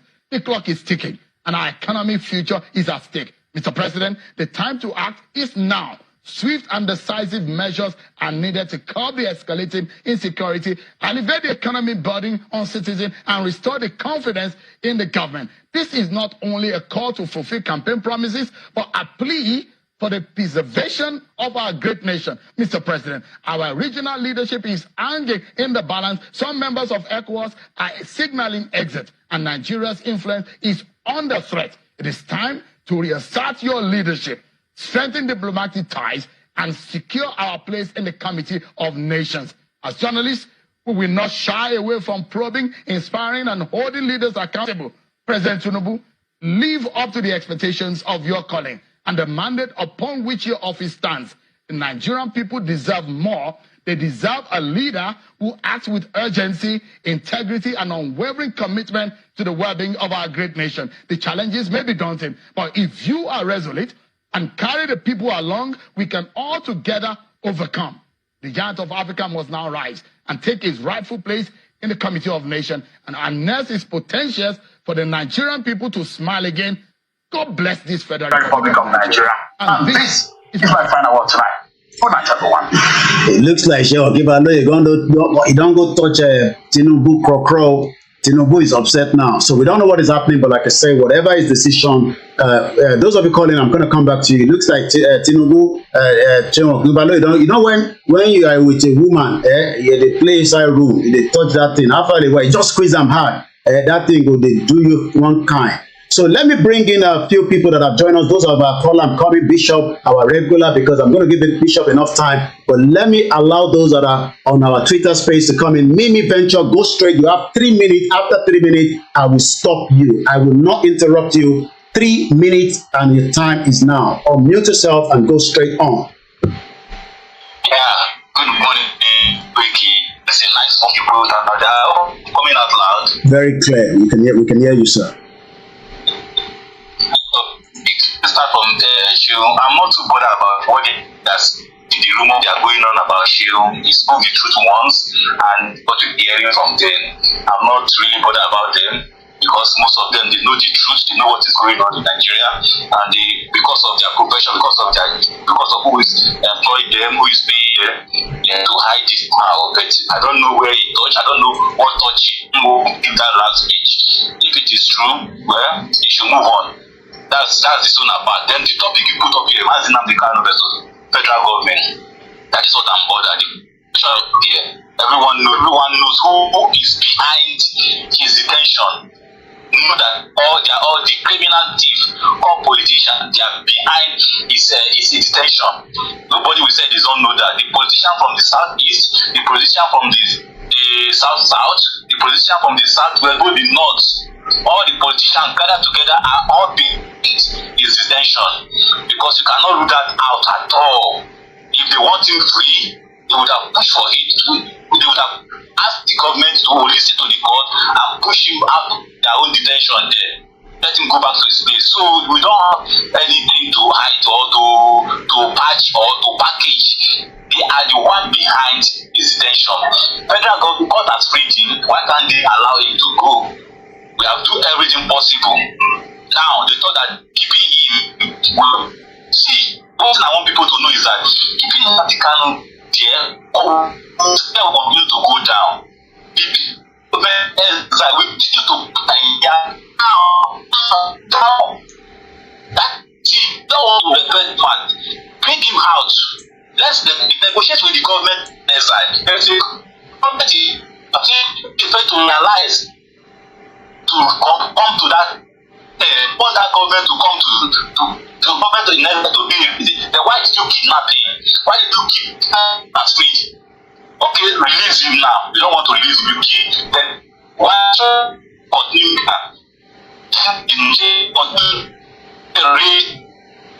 after government weaken and destroy the more the longer they will continue to All right. Thanks so much, Mimi Venture. The line is not very clear, but we got the message. But we appreciate your point there. And your point is that those behind the holding of our brother, a father, a man of the truth. We might not agree with many of what you have said, just like not everybody agree with Igboho as well. Let me go straight to Olori. I'm coming to our callers. Let's clear those on our Twitter space quickly because we appreciate everyone this morning. We are not here holding your views under our platform, but do not disrespect this platform. We are not here promoting Nigeria. We don't want Nigeria. Olori, go ahead and let's hear from you, man.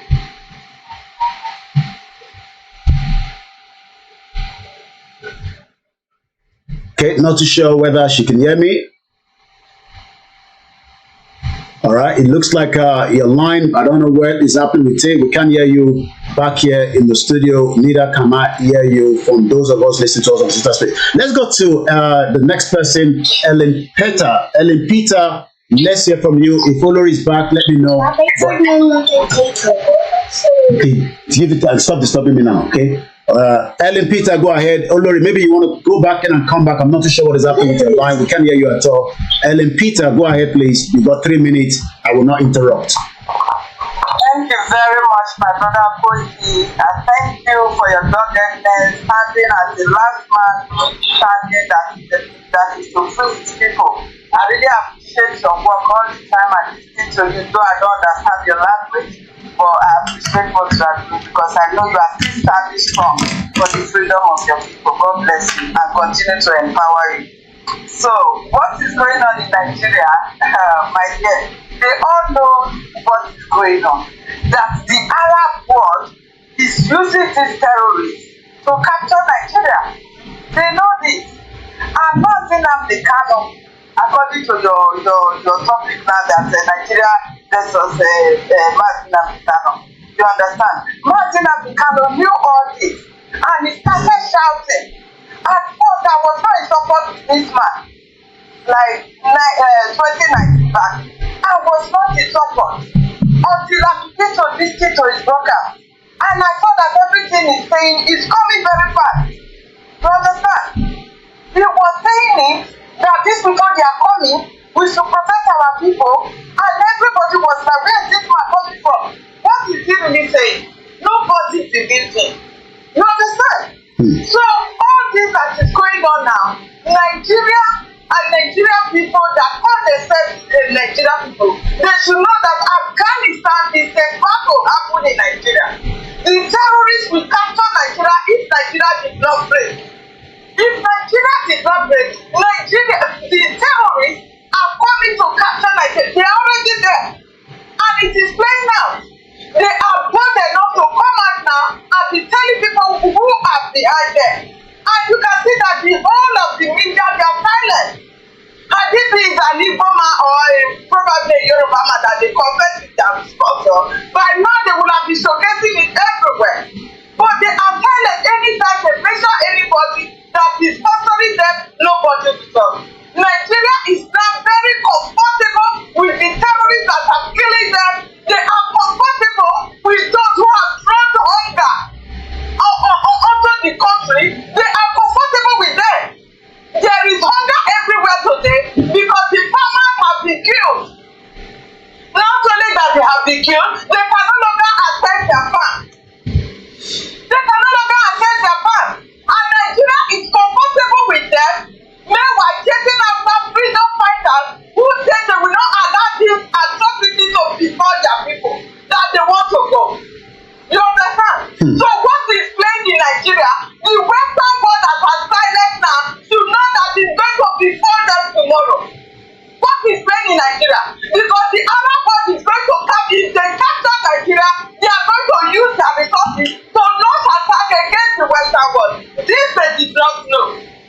They don't know this. They are all what they want is the resources that they can use to launch attack against them. I wish our Prime Minister is fighting hard now to make sure we break away and protect our resources. You understand what is going on? Yeah. So this is the reason why the Fulani don't want to forgive Martin Africano. They said it. They went after him because he knows too much of their plan. They did not know how managed he knew all this and he's exposing every of their plan. And that word that Mind After said that will have happened in 2022, it did not come up because everybody now know what is to come. And we were all shouting. They brought Ruga and we rejected it. Whatever they brought, we were all defending. Do you understand? Yeah. So this is why that war did not come up openly, but they are doing it at the backyard. Killing people in their villages, ransacking and take over villages. You understand? So the war is not going secretly, and our people are not aware of it. I pity everyone that call itself a Nigeria that by now they are not able to take a stand that we are indigenous people. We are to break away from this Fulani terrorists that the Arab world are using to come and capture their land. I'm dumbfounded, in fact. By now, my life and the West Africa, they killed it. Anybody that refuses their secret, they will come after that person and kill me. If a whole general told you that if you should wait for the military to defend you, you will all die one by one. What are you still waiting for, Nigeria? What are you still waiting for? You said you want to protest. See, the amalgamation of that country, there has been protest. The first election was rigged, and super rigged, according to them. There was a protest, and people were killed. Who were the people that used it, that killed them? It is the British. The British government handed over to Nigeria politicians that it is only killing that you will use to subdue your people that will stand up to correct the government that they did not want. So go after them and kill them. And that is the reason why whenever they kill our people, they are all silent. You understand? Yeah. Koiki Media, let me use my mouth because I don't want to. Thank you. Thank you so much. That is, again, a mother that is concerned, and we are always worried when our mother are concerned because the future seems not to be bright as we have been told in Nigeria. We'll go with the last person, then we'll take those calls coming through. Let's take World Best. Let's listen to you quickly, and then I will then come straight back to our callers that are calling in from this side. World Best, go ahead. I believe he's still connecting. Not too sure, maybe network issue there. If otherwise, I'm just going to go straight to my caller here, and the World Best will probably come back to you. So let's ring the first caller. Hopefully we get through with the caller. If not, we go straight to the second one. Once again, we are now towards the final part. It's 3 hours. The question is, who does not want Nigeria to be divided? Why is the issue between the federal government and Mazi Nnamdi Kanu still ongoing when an executive order by President Tinubu would have dozed up about some tension in the country, but that won't stop the self-determination, which is an inalienable right? It's our Sunday broadcast, and the final 30 minutes, I'll be talking about what Baba Akintoye said in some of his correspondence regarding the 95 page that we're treating. Like I said, we are in the week 9. Now, let me hand over to Bishop Adesina. Is one of our Yoruba nation leader that traveled to Benin Republic some few days ago to meet with our leader, Babawa, Professor ADEBANJI Akintoye. Go ahead, Bishop. You've listened to the broadcast for 2 hours, and I want to take your own take on who does not want Nigeria to be divided. When Nnamdi Kanu, I want us to really specify that. What happened to Nnamdi Kanu? I saw you when I came to Nigeria in 2021. You visited Igboho's house. We were together for over 5 days. Nnamdi Kanu situation was almost what happened to Igboho on the 1st of July. So I want you to speak to us. Let's hear what you want to tell us this morning. Thank you very much, Koiki. My greetings to all our people in the diaspora and the homeland. Now, first I will start from Shewoki Baloye's saga. Anybody trying to mean well for the existence of that Nigeria will regret it. You will be at peace and be okay if you are standing for the division of that Nigeria. So now his advice to Tinubu for existence of Nigeria has brought him into trouble. Now they are telling him he's almost sacked now, if not sacked. So that's by the way. Now, the people in charge that doesn't want Nigeria to break is the Western government, Western countries. And when I mean West, I'm talking about 3/4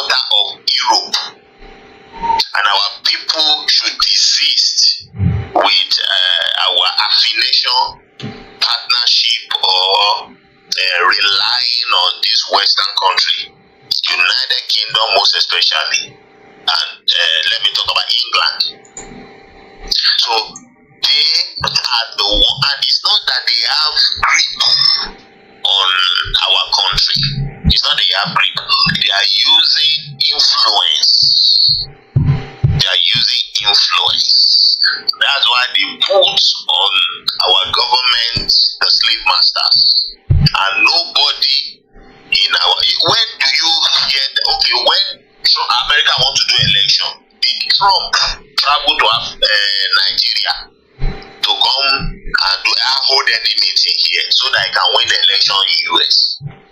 That's where you know. Why is it that whenever election is coming, all our candidates go to UK to go and hold one meeting? Who are they meeting there? Which hall did they want to use there that is not here? Why are they going there? It shows that it is that place that the kingmaker, that's where they are. So they are the one invariably or indirectly ruling us, and they don't want here to bring. And the 100% decision is not in their hand. Our decision is in our hands. Decision is in our hand. They will have nothing to do if we take our stand and we break the shackle of the slave masters. But it's not for one here. They have no right. Yeah, but the more we are still looking at the slave masters as if they are part of us. No, they are slaves. They represent those Western nations, and they will do their bid. So we are the one that will rise up and keep the asses away. Then we free ourselves. So that's my take. And we know now that just like the time of slave trade, colonization, there are some countries from the European world that have been here, but they have this problem among themselves also. That now led to have someone to come and colonize. Some said, no, we don't want to colonize them, we don't want to be doing business with them. So they had their meeting in Bali, and in Bali they resolve all their differences and now share our land among themselves. You take this, you take the issue resolved. You want to colonize, go and colonize. You want to trade, go and trade. And that's how all of them live. So the same thing is going to play out here. We have the Eastern Europe plus the Asian rising up as a rescue or a supporter or a desire now, while we have the Western nation laying hold on the former colonial states to be making them. Their power is going out of their hands.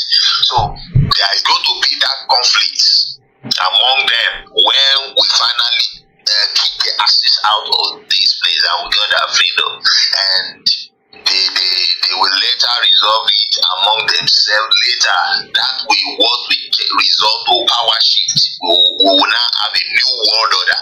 Maybe you've been hearing about that new world order, and the power will shift to those who is down on the top, who mean well. There is no way we will not do business with them. Africa will always do business with them, but we are the one that will make sure that we do not put a slave master over us that will bound us as a slave to any one of them. Wow. Thank you so much. That is Bishop giving us his take on that particular discussion. It is still Koiki Media. It's 10 minutes past to the 2 hours on this program. 11:33 is our Sunday broadcast.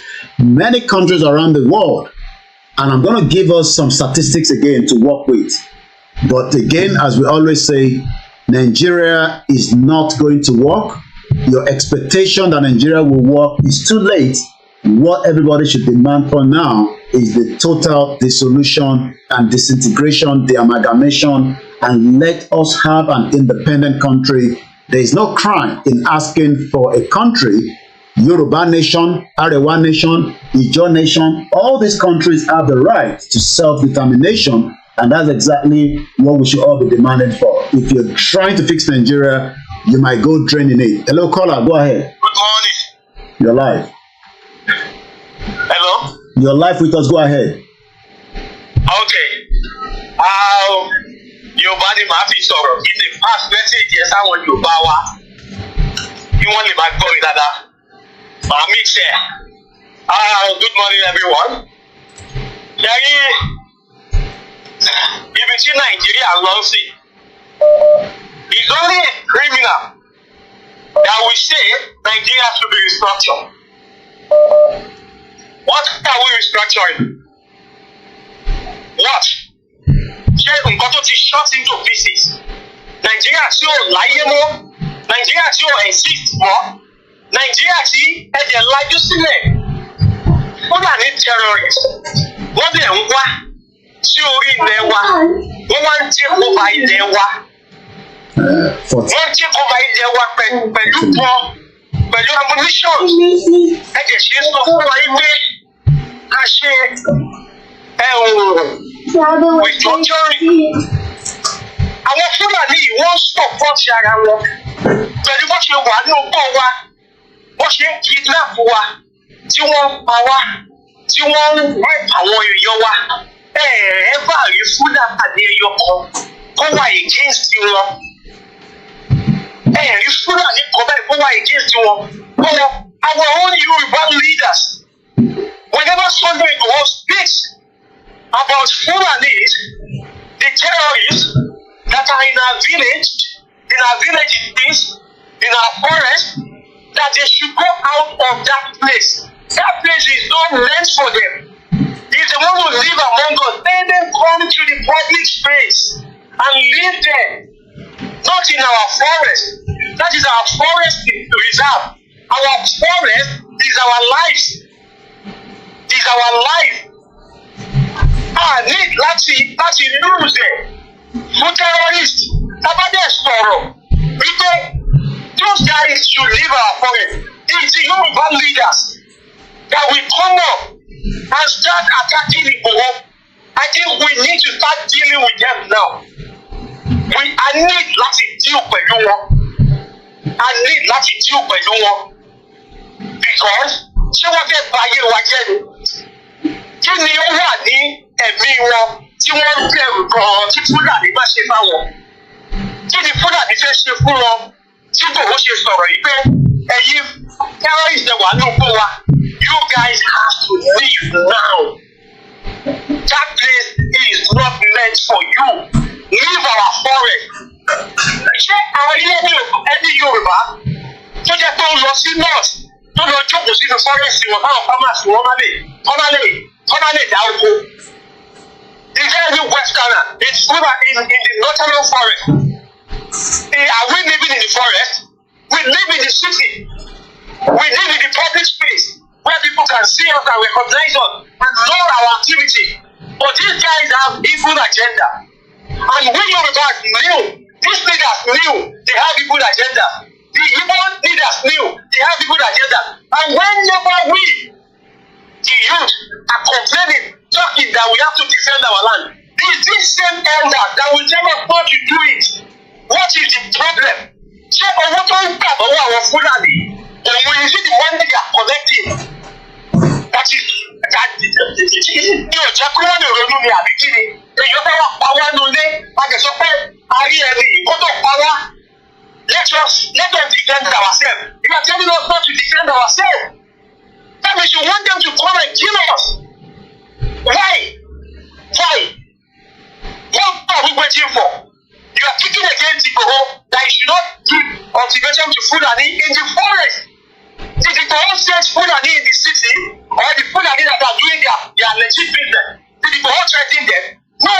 Whenever we talk about Fulani in the forest, that they should believe, that means the terrorists in the forest. Are you keeping terrorists for God's sake? Is Shehima Kide working with terrorists? We should know. If he's working with terrorists, we should know. We should ask him. I need that even away.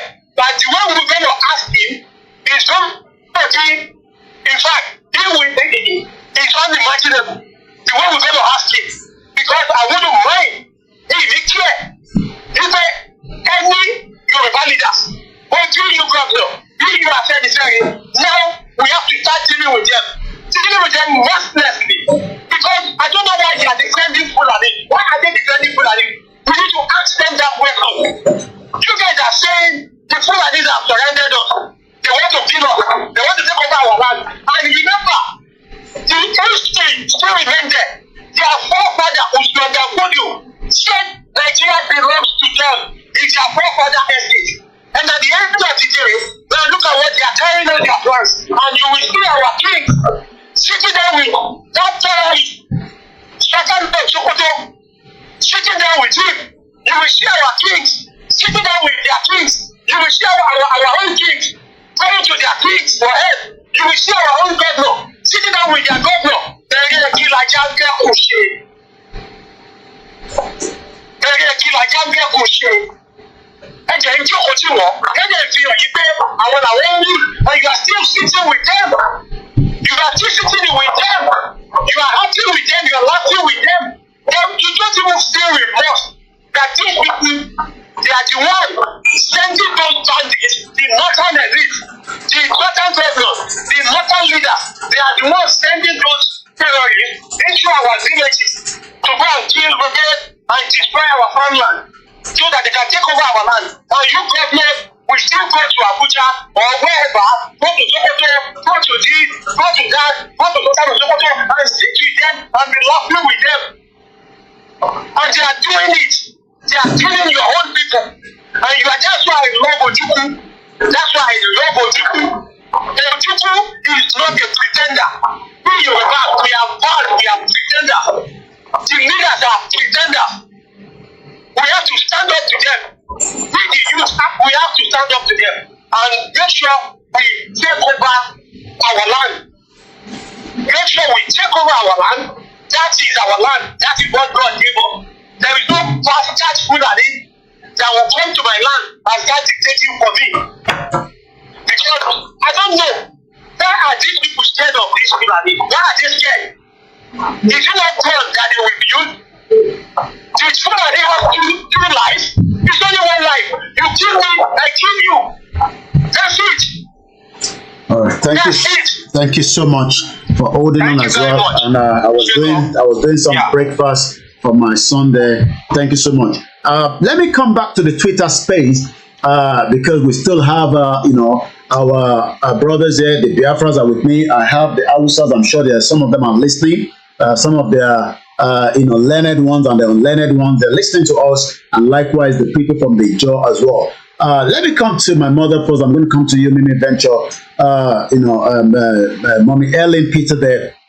The question around Nnamdi Kanu, why is the British government not doing so much? You will expect that Nnamdi Kanu, with the British passport, there will be pressure with the British government.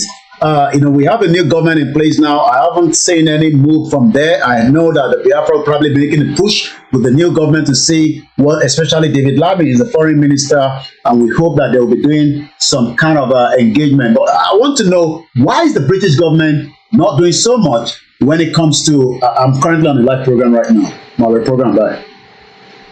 So why is the British government not doing so much when it comes to this particular Nnamdi Kanu's case? Can you give us some kind of what you think is happening? I've been there when many Biafrans have protested right at the FCDO, in front of the Downing Street, in front of the Nigerian High Commission, but yet the British government kept very mute, especially when the last British High Commissioner, Katrina Lang, she closed her comment section because she was getting too much from the Biafra. Let me hear from you if you're still with me, Mrs. Ellen Peter, if you're still there. Go ahead. If otherwise, I'll move that straight question again to Mimi Venture. Then we're going to take more calls. We still have about 40 minutes to the end of this Sunday broadcast this morning on the 21st of July 2024. Go ahead, Mimi Venture. Yeah, thank you for this second opportunity. Before I address your question, first of all, I just want to correct some things that you are saying. I don't understand. Maybe you verify that later. You are mentioning the Ijaw Nation. I don't know Ijaw Nation or Biafra Nation. I don't understand. Just to verify that. I know Ijaw is in Biafra. Then to go to your question, the first caller has already addressed this thing. This is your question. He said the British, they don't want Nigeria to break. Okay. And they know what marginal stands for. It's the solution of Nigeria. So that's just the reason why you see them not even responding, not saying anything. They know marginal is for the solution to break up Nigeria, let my people go. Since you have killed us, you have killed the millions of the children and everyone. So let my people go. So that is could probably be the reason why they keep on all this saga. Thank you. All right. Thank you so much. For that response there in terms of these, why the British are not interested with their citizen. It now shows that citizenship or nationalism is probably not something that many of us must understand now, that it's just something that sometimes we might think that we have this passport with us, but it might be as useless as tissue paper, because why would a British citizen not given the opportunity to be represented fully in a country like Nigeria today? Hello, caller, you're live on the program. Go ahead. Hello. Good morning. Good morning. Are you calling towards the program? I'm calling you. Sorry? Yeah, we can hear you. I want to see this. Well, I'm on a live program right now. It'll probably have to be some later when we finish. We're live now on the program. All right, thank you, sir. All right, thank you, sir. Well, like we always say, we have one more person. Let's bring them in, and then we're going to start wrapping up in the next 32 minutes or 38 minutes to the end of the program. Let's read some of the comment that is coming through as well. Adekunle Ogun said the youth are so weak. We need deal with the Yoruba leaders. You also say Yoruba youth are not cooperative. They too are weak, waiting for the world to do everything for them. Ayotunde Olaoye says, and some of our kings are silent after they killed the 4 kings, and as they're killing people anyhow, they remain silent. We remember the Owo massacre and as many as well. Dari says, no retreat, no surrender. Vote says, I pity the so-called politicians in Nigeria. It seems they don't know that their so-called Nigeria are not normal anymore. Their rights will look like a mad fighting. They will regret of being a politician. Also, John Danny says, last man standing there. Dari says, she will speak up, but it seems that he's paying the consequences. Ama Uche, the way in Italy, says, share the program and invite others as well. Banji said, Tinubu goes to France to give progress report to his masters. Idris says, I always laugh at when I see people, they are proud Nigerians. I always burst into laugh because they don't know the meaning of the name Nigeria. And I think we might have a video where it says, are we Nigerians or not? Let me see if I quickly bring that in before we allow the next person to come in and have a discussion with us on this platform this morning. Like I always say, Nigeria was created for a reason, and that reason has expired. It is time that we talk about it rather than what if this person say Nigeria is not a country. Listen to. There is no land called Nigeria. There is no language called Nigeria. There are no people called Nigerians. We are only deceiving ourselves. We are not Nigerian. Okay, where is Nigeria? Where is the land called Nigeria? What is the Nigerian language? We are nations that had been forced together to live in one pathetic country. So anybody who goes there today to say pray for Nigeria, that person is just deceiving himself, because the people who want to be that Nigeria had not sat down to agree if they want to be Nigeria. Well, you had it very well. Let's, at 11:48, Ekene, let me hear from you. You got 3 minutes. After 3 minutes, I'm going to drop you so that we can allow the next person to come through as well. Go ahead, unmute your mic, please.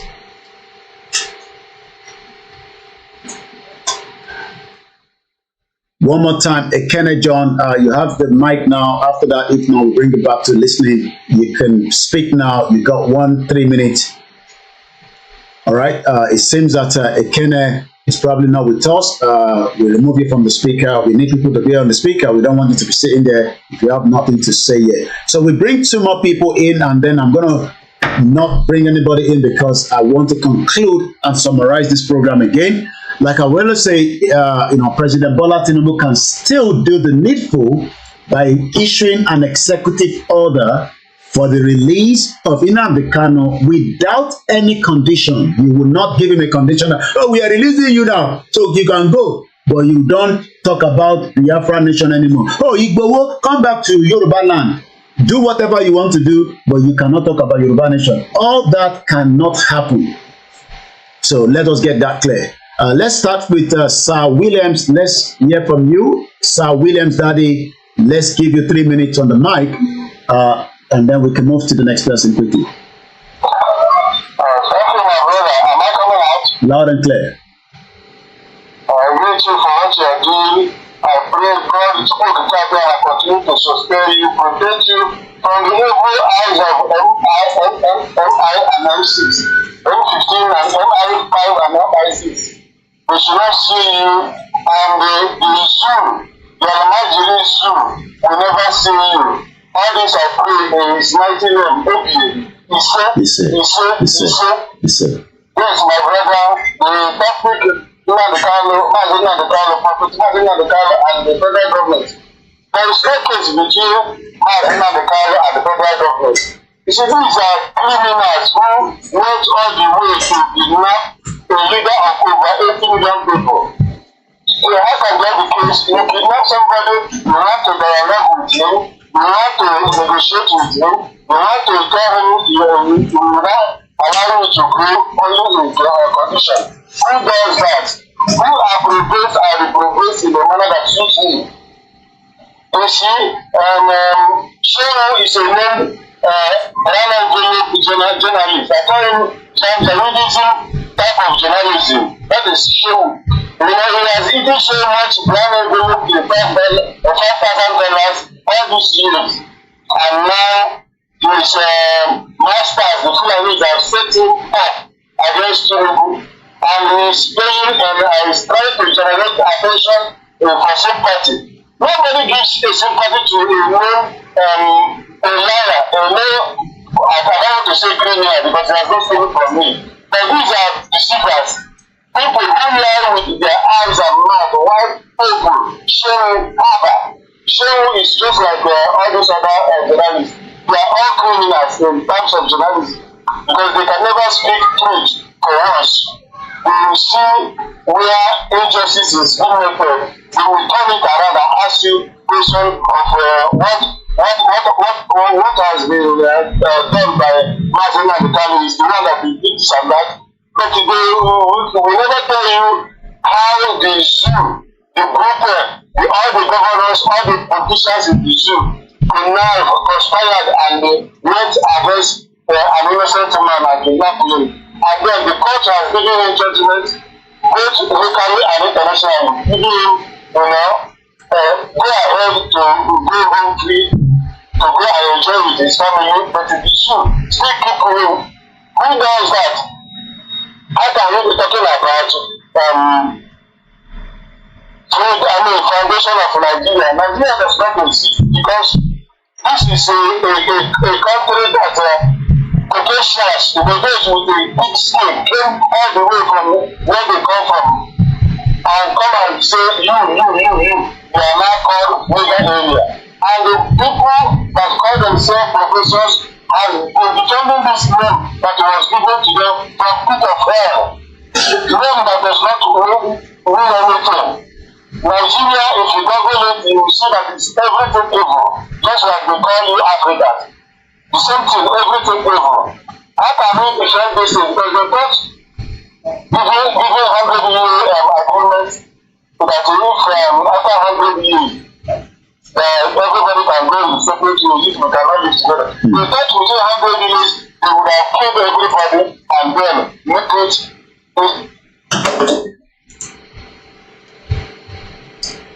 All right. It looks like his mic is already dropped there. Very good, information coming from the brother there. Now let's come back into the program as we are just about half an hour and I want to make sure we get the final part very, very well. A lot of Nigerians continue to say, oh, the problem of Nigeria, is this, is that. But how do we, good morning to my brother there, Yoruba Media, also the deputy chair of the Yoruba World Media, one of the strong member of the Yoruba Nation campaigners. The Yoruba people that are speaking out today are not speaking out because we do not want Tinubu to be the president. We are speaking out because we are concerned about the maltreatment of the Yoruba people within Nigeria. We also know that we are part of those that are still holding Nigeria together today. And everybody knows that. If the Yorubas come out together and say enough is enough, the country will go their separate way.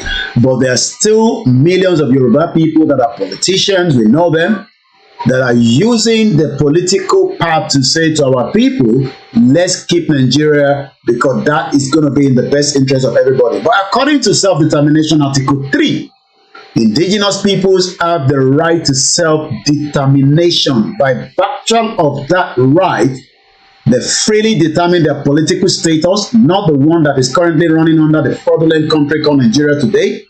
We are freely their economic, social, and cultural development. Nigeria doesn't have a culture, neither does it have a land. The land belongs to the indigenous people. But many of those that always come and say we should save Nigeria, my question is, how do you save something that does not want to be saved in the first place? The 1999 Constitution that President Bola Tinubu is using presently as amended is another fraud that many of us knows. The Constitution will not bind us together, neither will the Constitution save Nigeria today. So what those that are fighting today for is what fighting for. Many people have lost their life, and many will still lose their life. We talked about Nnamdi Kanu for almost 2 hours, but let me remind you that the same almost happened to Igboho when his house was invaded and he was almost killed by the Fulani and the Yoruba Vice President Yemi Osinbajo. We lost 2 individuals. Their corpses still remain within the Nigeria as we speak today.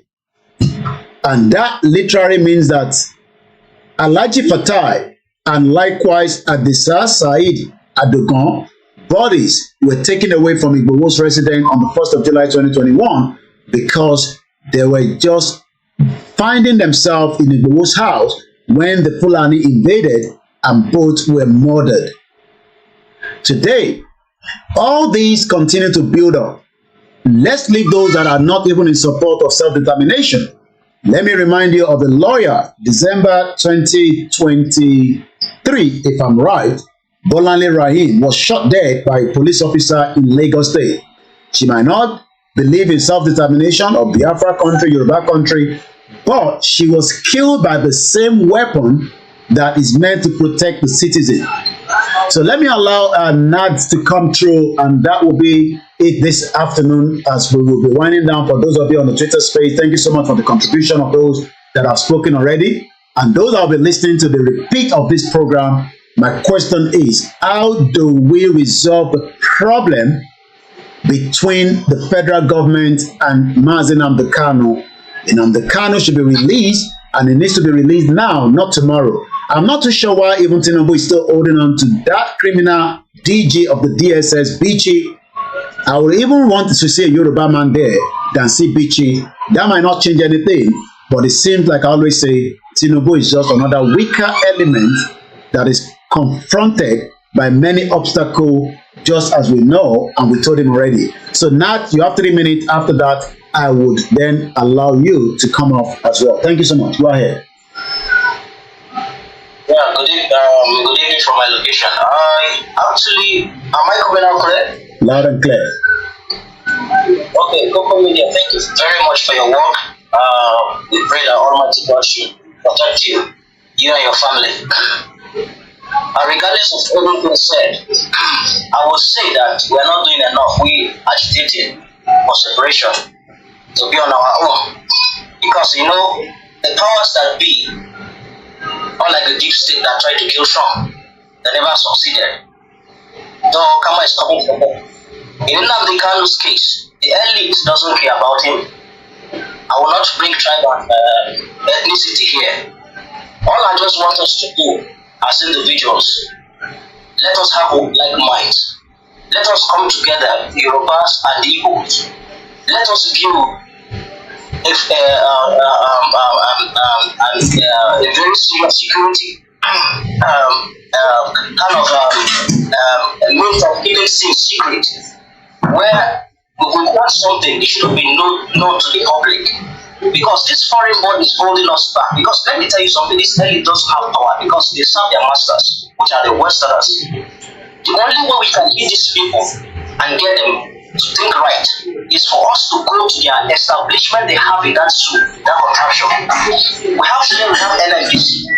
There are things we know we can do to make them shake and release the numbers and African every freedom fighter that's been detained by that contraption. I will suggest that for us to come together, raise up the finances. Whatever we need to equip ourselves for this movement should be done in secrecy. Because I see that the Bible says something, it says that the kingdom of God is very violent and the violent to get it by force. What belongs to us is our right.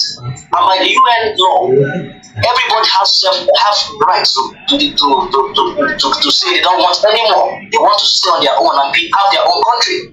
So when things are going in that contraction now, nobody really cares, nobody's listening. They only believe that they have the power to do whatever they like. But once we start to use things, tools that we have, to attack these people one by one, believe me, these things we are talking of won't be saying much here. Look at Amazonia, look at the effort they are putting up to make sure that they get their own liberation. They are fighting tooth and nail to make sure they get their own country. We are not doing enough. We in the contraction, with these two tribes now, Yoruba and Igbos, we are not doing much. We should forget these elites. They can't do anything. Their power is, in fact, they don't have any power. Their power is beyond. We should come, as I said, we have share, we have total. This company, we hit them. If we hit them and bomb their facilities, now we can't come out. We block our boundaries and say no, this place is not trespassable. This is the only way we can get we can start from there. That is the starting point to whatever for this cause or for this self-determination. That's all I can say. All right. Thank you so much. Not from there. We have on the call here. I know there's 3 more requests that are coming through. We still have about just 20 minutes. I'll squeeze them in. But please, when you come in, just make it straight. But before we bring you in, let's go straight to our caller. Omobori Media is also the deputy chair of the Yoruba World Media and also one of the self-campaigner for Yoruba Nation as well. Go ahead, my brother. We can hear you loud and clear. Yeah, thank you, my brother, for this intensive program.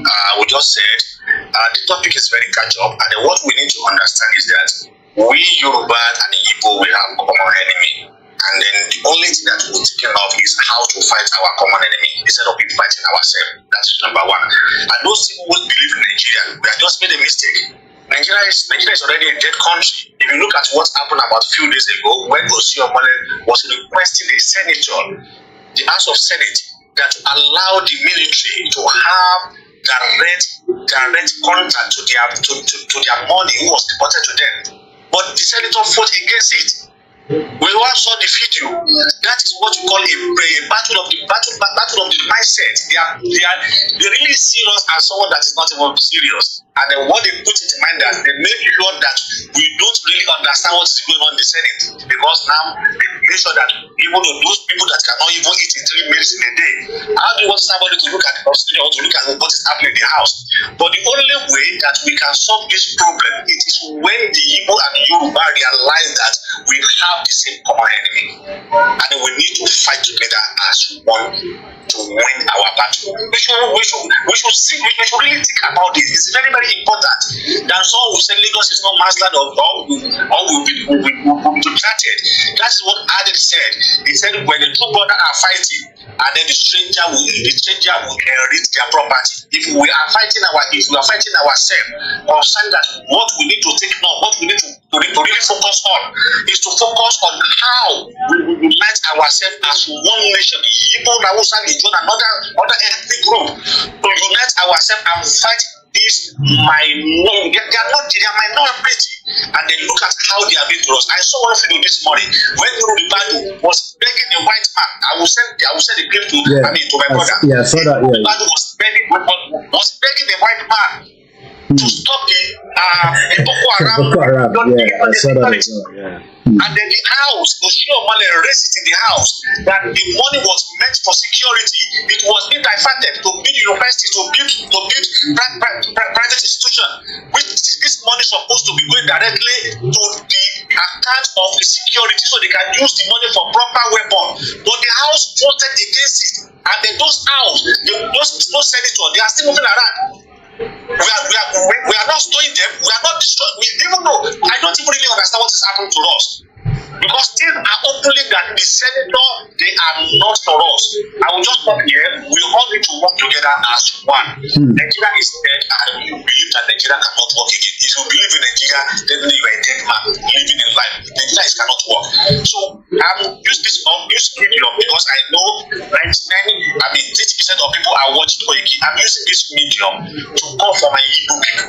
Please, let us stop being accusing ourselves.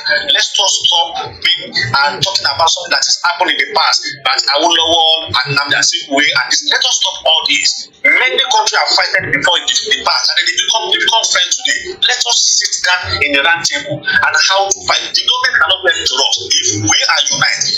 The government cannot do anything if both Igbo and Yoruba have the same one voice. That is exactly what we need to win this battle, and I pray God will really help us to do so. Thank you so much, my brother. Well, that is one of our strong member of the Yoruba World Media. You can listen to Yoruba World Media on a Wednesday, and likewise you can follow them on our timeline. I'll be sharing the YouTube of the Yoruba World Media, because many Biafra probably doesn't. Can you slow down a little bit? Hello, boy. Hi, can you slow it a little bit? I'm almost finished. Just fine now. Many of our people does not know that I am not the only one campaigning, even though you might have seen my activities. I'm coming to those of you on the Twitter space in a minute. You tend to see my activities a lot on the social media, but likewise, I can tell you that the Yoruba World Media has been part of this beginning of the campaign for Yoruba Nation. And under the Yoruba World Media, I know that, like I said, you do not know them, but I'm telling you that we have nothing less than almost 15 strong Yoruba members. Some of them are not active on the Twitter space, but a lot of them are on the social media, on TikTok. Most importantly, they are communicating in Yoruba, which you cannot blame them. They want our people to listen to what we are discussing. So if you go on our platform, you will see a lot of the videos that have been produced. And I believe that I think about 2 weeks ago, Akintoye and one of our brothers from the southeast had an engagement together, spoke, and Akintoye will be live again later on at 8:30 tonight. So please let us always understand that. I know you see me a lot on Twitter, but be rest assured that we have many Yoruba people that are still campaigning. And always please do not believe that because Tinubu is there, that Yoruba Nation is there. Igbo doesn't have to be appearing on the screen. I spoke just last week. You can see how everywhere is shaking again. Igbo just asked me to speak about the invasion of the Fulani that we are clearing out in Okeogun. Not everything come on the social media, so let us understand that. So let me come to Worry Sister. We still have my mother, Elaine. Like I said, I'm really now coming to timing. It's 2 hours 44 minutes. This program must not go more than 3 hours. So Worry Sister, go ahead. Let's hear from you quickly under 3 minutes with your presentation. Thank you. Can you hear me? It's coming out loud and clear. Okay, thank you. Good afternoon from here. Good afternoon, everybody. Koiki, I love you so much. This is my first time of coming into your platform. Thank you. I'm so sorry, please pardon my voice. That's okay. We can hear you. Go ahead. That's fine. Thank you very much. I really appreciate you doing this. Thank you so much.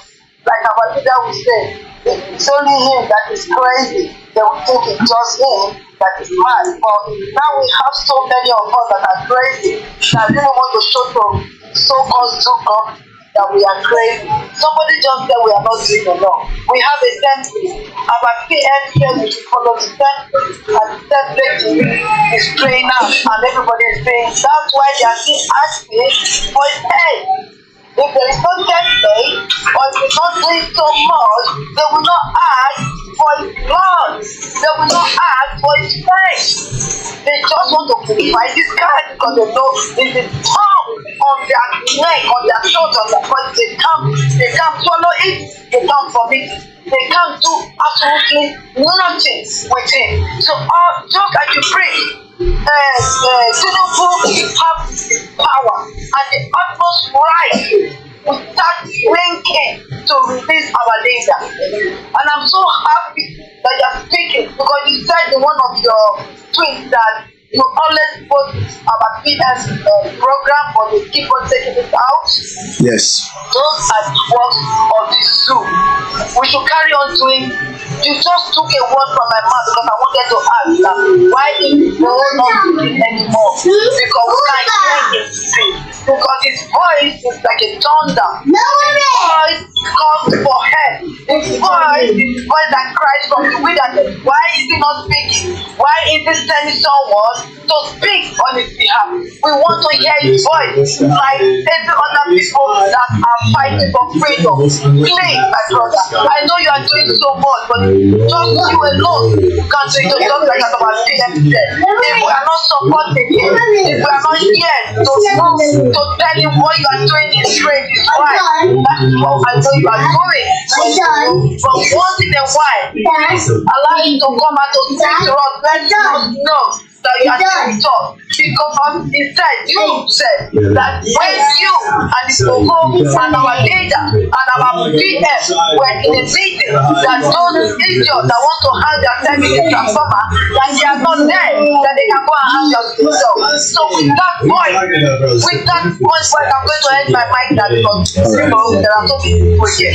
With that point, I want to hear him come out and speak to our leader.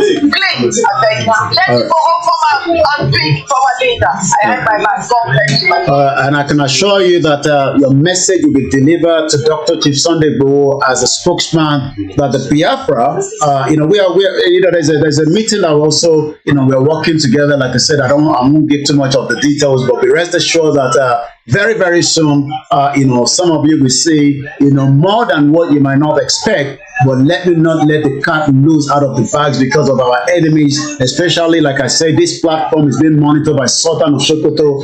They've set up a media to go live with me to record and monitor everything I say. Even I'm speaking Yoruba, they already have Yoruba people that are translating what I say. So what you said again, I'll be delivering that to Igboho.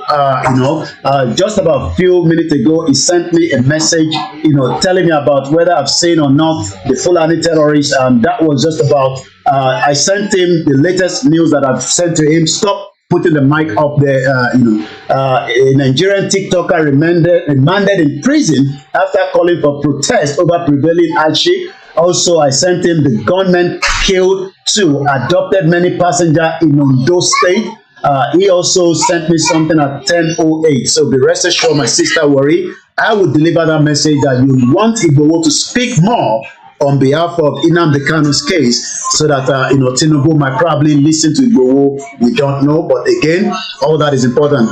I'm going to bring Ellen Peter in. We called you earlier. I believe there was a network glitch, or maybe you were frying that egg for the Sunday broadcast and you're preparing for the church service. This program will be ending soon and everybody can go and do the church service. But again, remember, this is our service as well. Go ahead. I don't know whether you had my question earlier, but I'm going to repeat it with the one you want to ask. Why is the British government not doing so much to get Nnamdi Kanu released from the DSS custody after the kidnap and rendition back to Nigeria? Thank you very much, my brother Koiki Media, once again for bringing me up. I appreciate your work, and I thank you very much, my worried sister. I love you from the bottom of my heart, and the way you spoke up, I really appreciate what you have done. Our brother Sunday Igboho, I know he's hearing our message. We are in pain not hearing his voice again. It's like a disappointment to us, so we want to hear more from him. We want to see that he's standing head and head with us for this freedom because we forget that is the only thing that will save people also. So he shouldn't be silent. He shouldn't allow the politicians to intimidate in no way. We must stand tall to win to get our freedom. Then according to your question, my brother, why is it that the British government is not doing much to free Martin and Kanu or think about it? They are the people that help Nigerian terrorists Fulani candidate to kidnapping because they know he wants to collapse their big kingdom. You understand? The British government, they don't want us to go just because of the resources. And that is the reason why they have to collide with the Fulani and the Kenyan government to make sure they monitor his movement and kidnapping. So somebody that kidnaps something, do you think that person will also come for it to say, okay, go and release that? No. You understand? It's like a man that stole something from you and you want him to still bring that thing to you. It won't happen. You slow that 1 minute. Slow that finally. 1 minute, my sister. I can assure us that, we have a gentleman, a man of the people, a man that listens to the people's voice. And that is exactly what we need. I have the privilege to announce that I have Dr. Chisunde Gbowo on the live with me right now. And he will speak to us just for about a few minutes. He's a very, very busy man. I have to go and drag him. So go ahead, Dr. Chisunde Gbowo. The Biafra wants to hear from you. We want to hear from you. Go ahead, sir. We want to hear from you. Good afternoon, ladies and gentlemen. My sister, I'm very happy to talk to you too. I assure you, by the grace of God, our brother Nnamdi will be released very soon. By the grace of God, not by our power, but we are together. Then we are fighting for the same cause.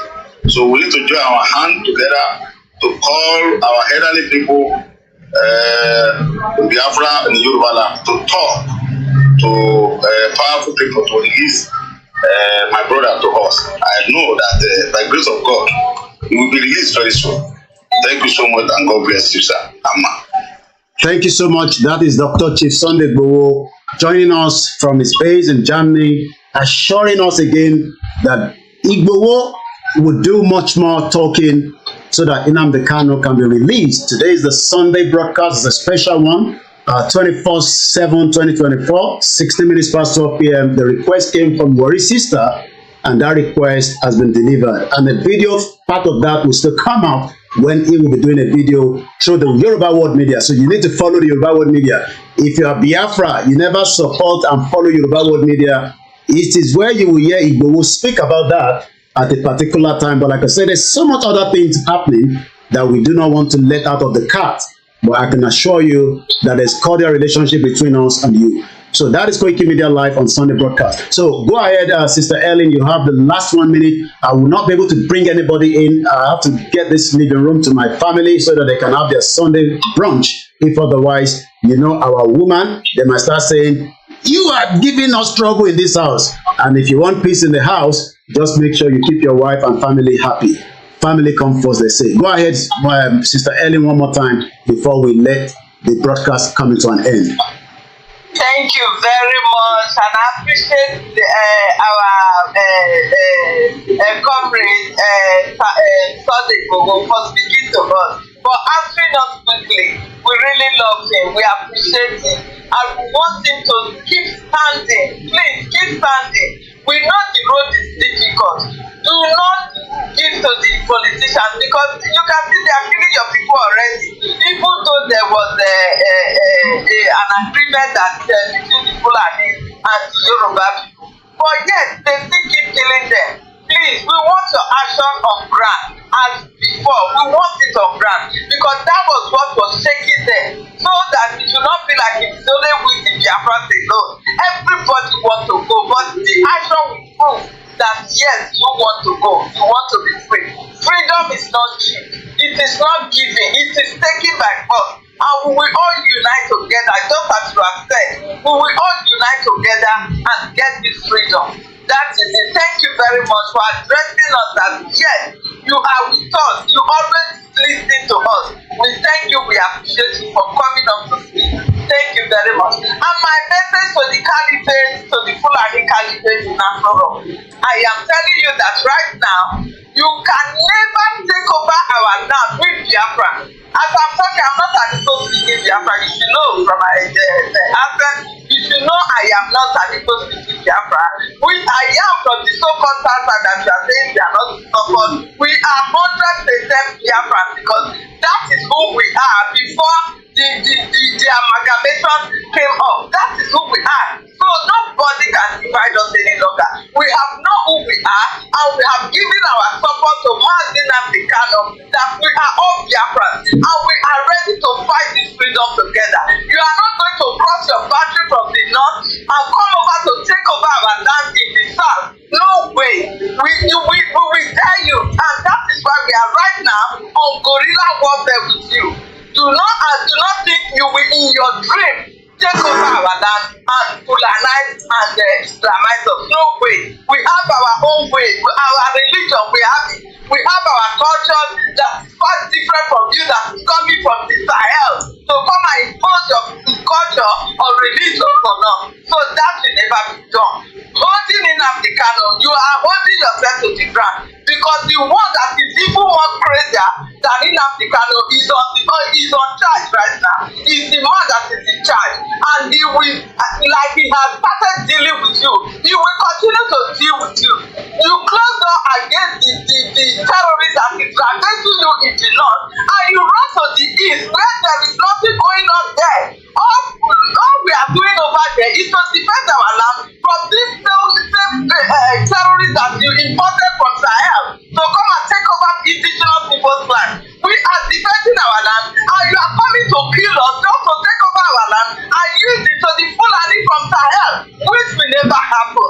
The world is watching that we are defending our land and you will never conquer us. So holding in Africa, you are only just holding yourself because the one in charge right now, you can't stop it. Wow. Very powerful there. Thank you. Everything that. Hello, can you hear me? We can still hear you, yes. Okay, I thought I because of. So that is it. You cannot stop him, and we will unite with our brother in the West, even though you are still dividing us. The division will never stand again because them also have known the truth that the only danger we have right now is the division of Nigeria. It is only Nigeria division that will help protect your border from the invader Fulani that they have imported from Sahel. Because even when you say you want regional government this and that, if you not send back the Fulani that is killing you, that have thrown hunger into your country, now you cannot even buy 3 cups of rice and food. You understand? So for all this to stop, it is only division. You that is deceiving yourself to be calling yourself one Nigeria. One Nigeria will only seek you to grave because it will never help you. There is nothing like one Nigeria. There is no country that is big or one. We are in UK, yes. Why are they not calling it one UK or one British or one Germany or one America? Why is it not like? Why is it that it is Nigeria by fire? You want us to be one? No way. Fulani Caliphate, you are a terrorist. You are an alien sent from Sahel to come and deport indigenous people, and we are saying no to your project, to your agenda. We are saying no. Thank you very much, Koiki Media. God bless and continue to empower you. I use my mind. Thank you. Wow, thank you so much. And that is the final from our mother there. And we'd like to appreciate all our medias as well that have joined us, Alaja Queenara and Omaburio Media and the rest of you. I will not be able to mention the names. It's exactly 3 hours. So what we're going to do, we give a special one to the Biafra anthem before our own anthem to close this broadcast. I can't bring anybody in again. The time is already on my side. But one thing is, the struggle, they say, continue. The truth must always prevail. The mainstream media will not support the dissolution of Nigeria. But you would have to support those medias, regardless of their views or what they say, because those are the only ones that are speaking the truth right now. Shout out to our brother, our uncle, our mothers all over the world. Wherever they are, let us keep the fight going. Happy Sunday from my end. Sorry to you, our brother, our father, Candice Hussein Salami. I couldn't get your call in. Tony Aegis, Grace Olushoto, and to my mother that returned back from Benin Republic just to send a message. I sent her rather to Benin Republic, just 2 messages. I wanted her to deliver on my behalf to Igboho, and that cost us a lot of money. But we appreciate that she's back with me in London, and we are preparing as well as Igboho will be in London. Officially will be announced on the Yoruba World Media, but I can just give you the snip. Igboho will be in London in October, God's willing, for what we call a massive engagement with the Yoruba people, and as well as many people that are friends and lovers. So if you're Biafra, you're in UK, you might also be looking forward to that. There will be a dinner. There will also be a massive protest in central London, and there will be so much as well. So all that will be announced officially from the Yoruba World Media at the appropriate time. We are not fighting Tinubu, but we are saying to Tinubu, release Mazi Nnamdi Kanu, and without any kind of message to say, oh, we will release you, but you will not be able to say about Biafra again. No, it will not work like that. And on that note, happy Sunday. Bye for now.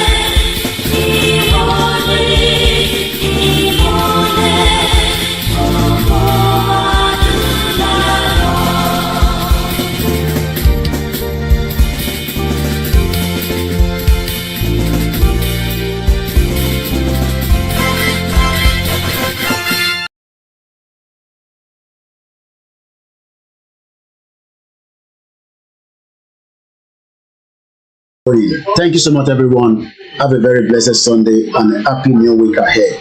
God bless Yoruba land. God bless Biafra land. God bless Ambasonia, Scottish world, and the Arewa, and as many people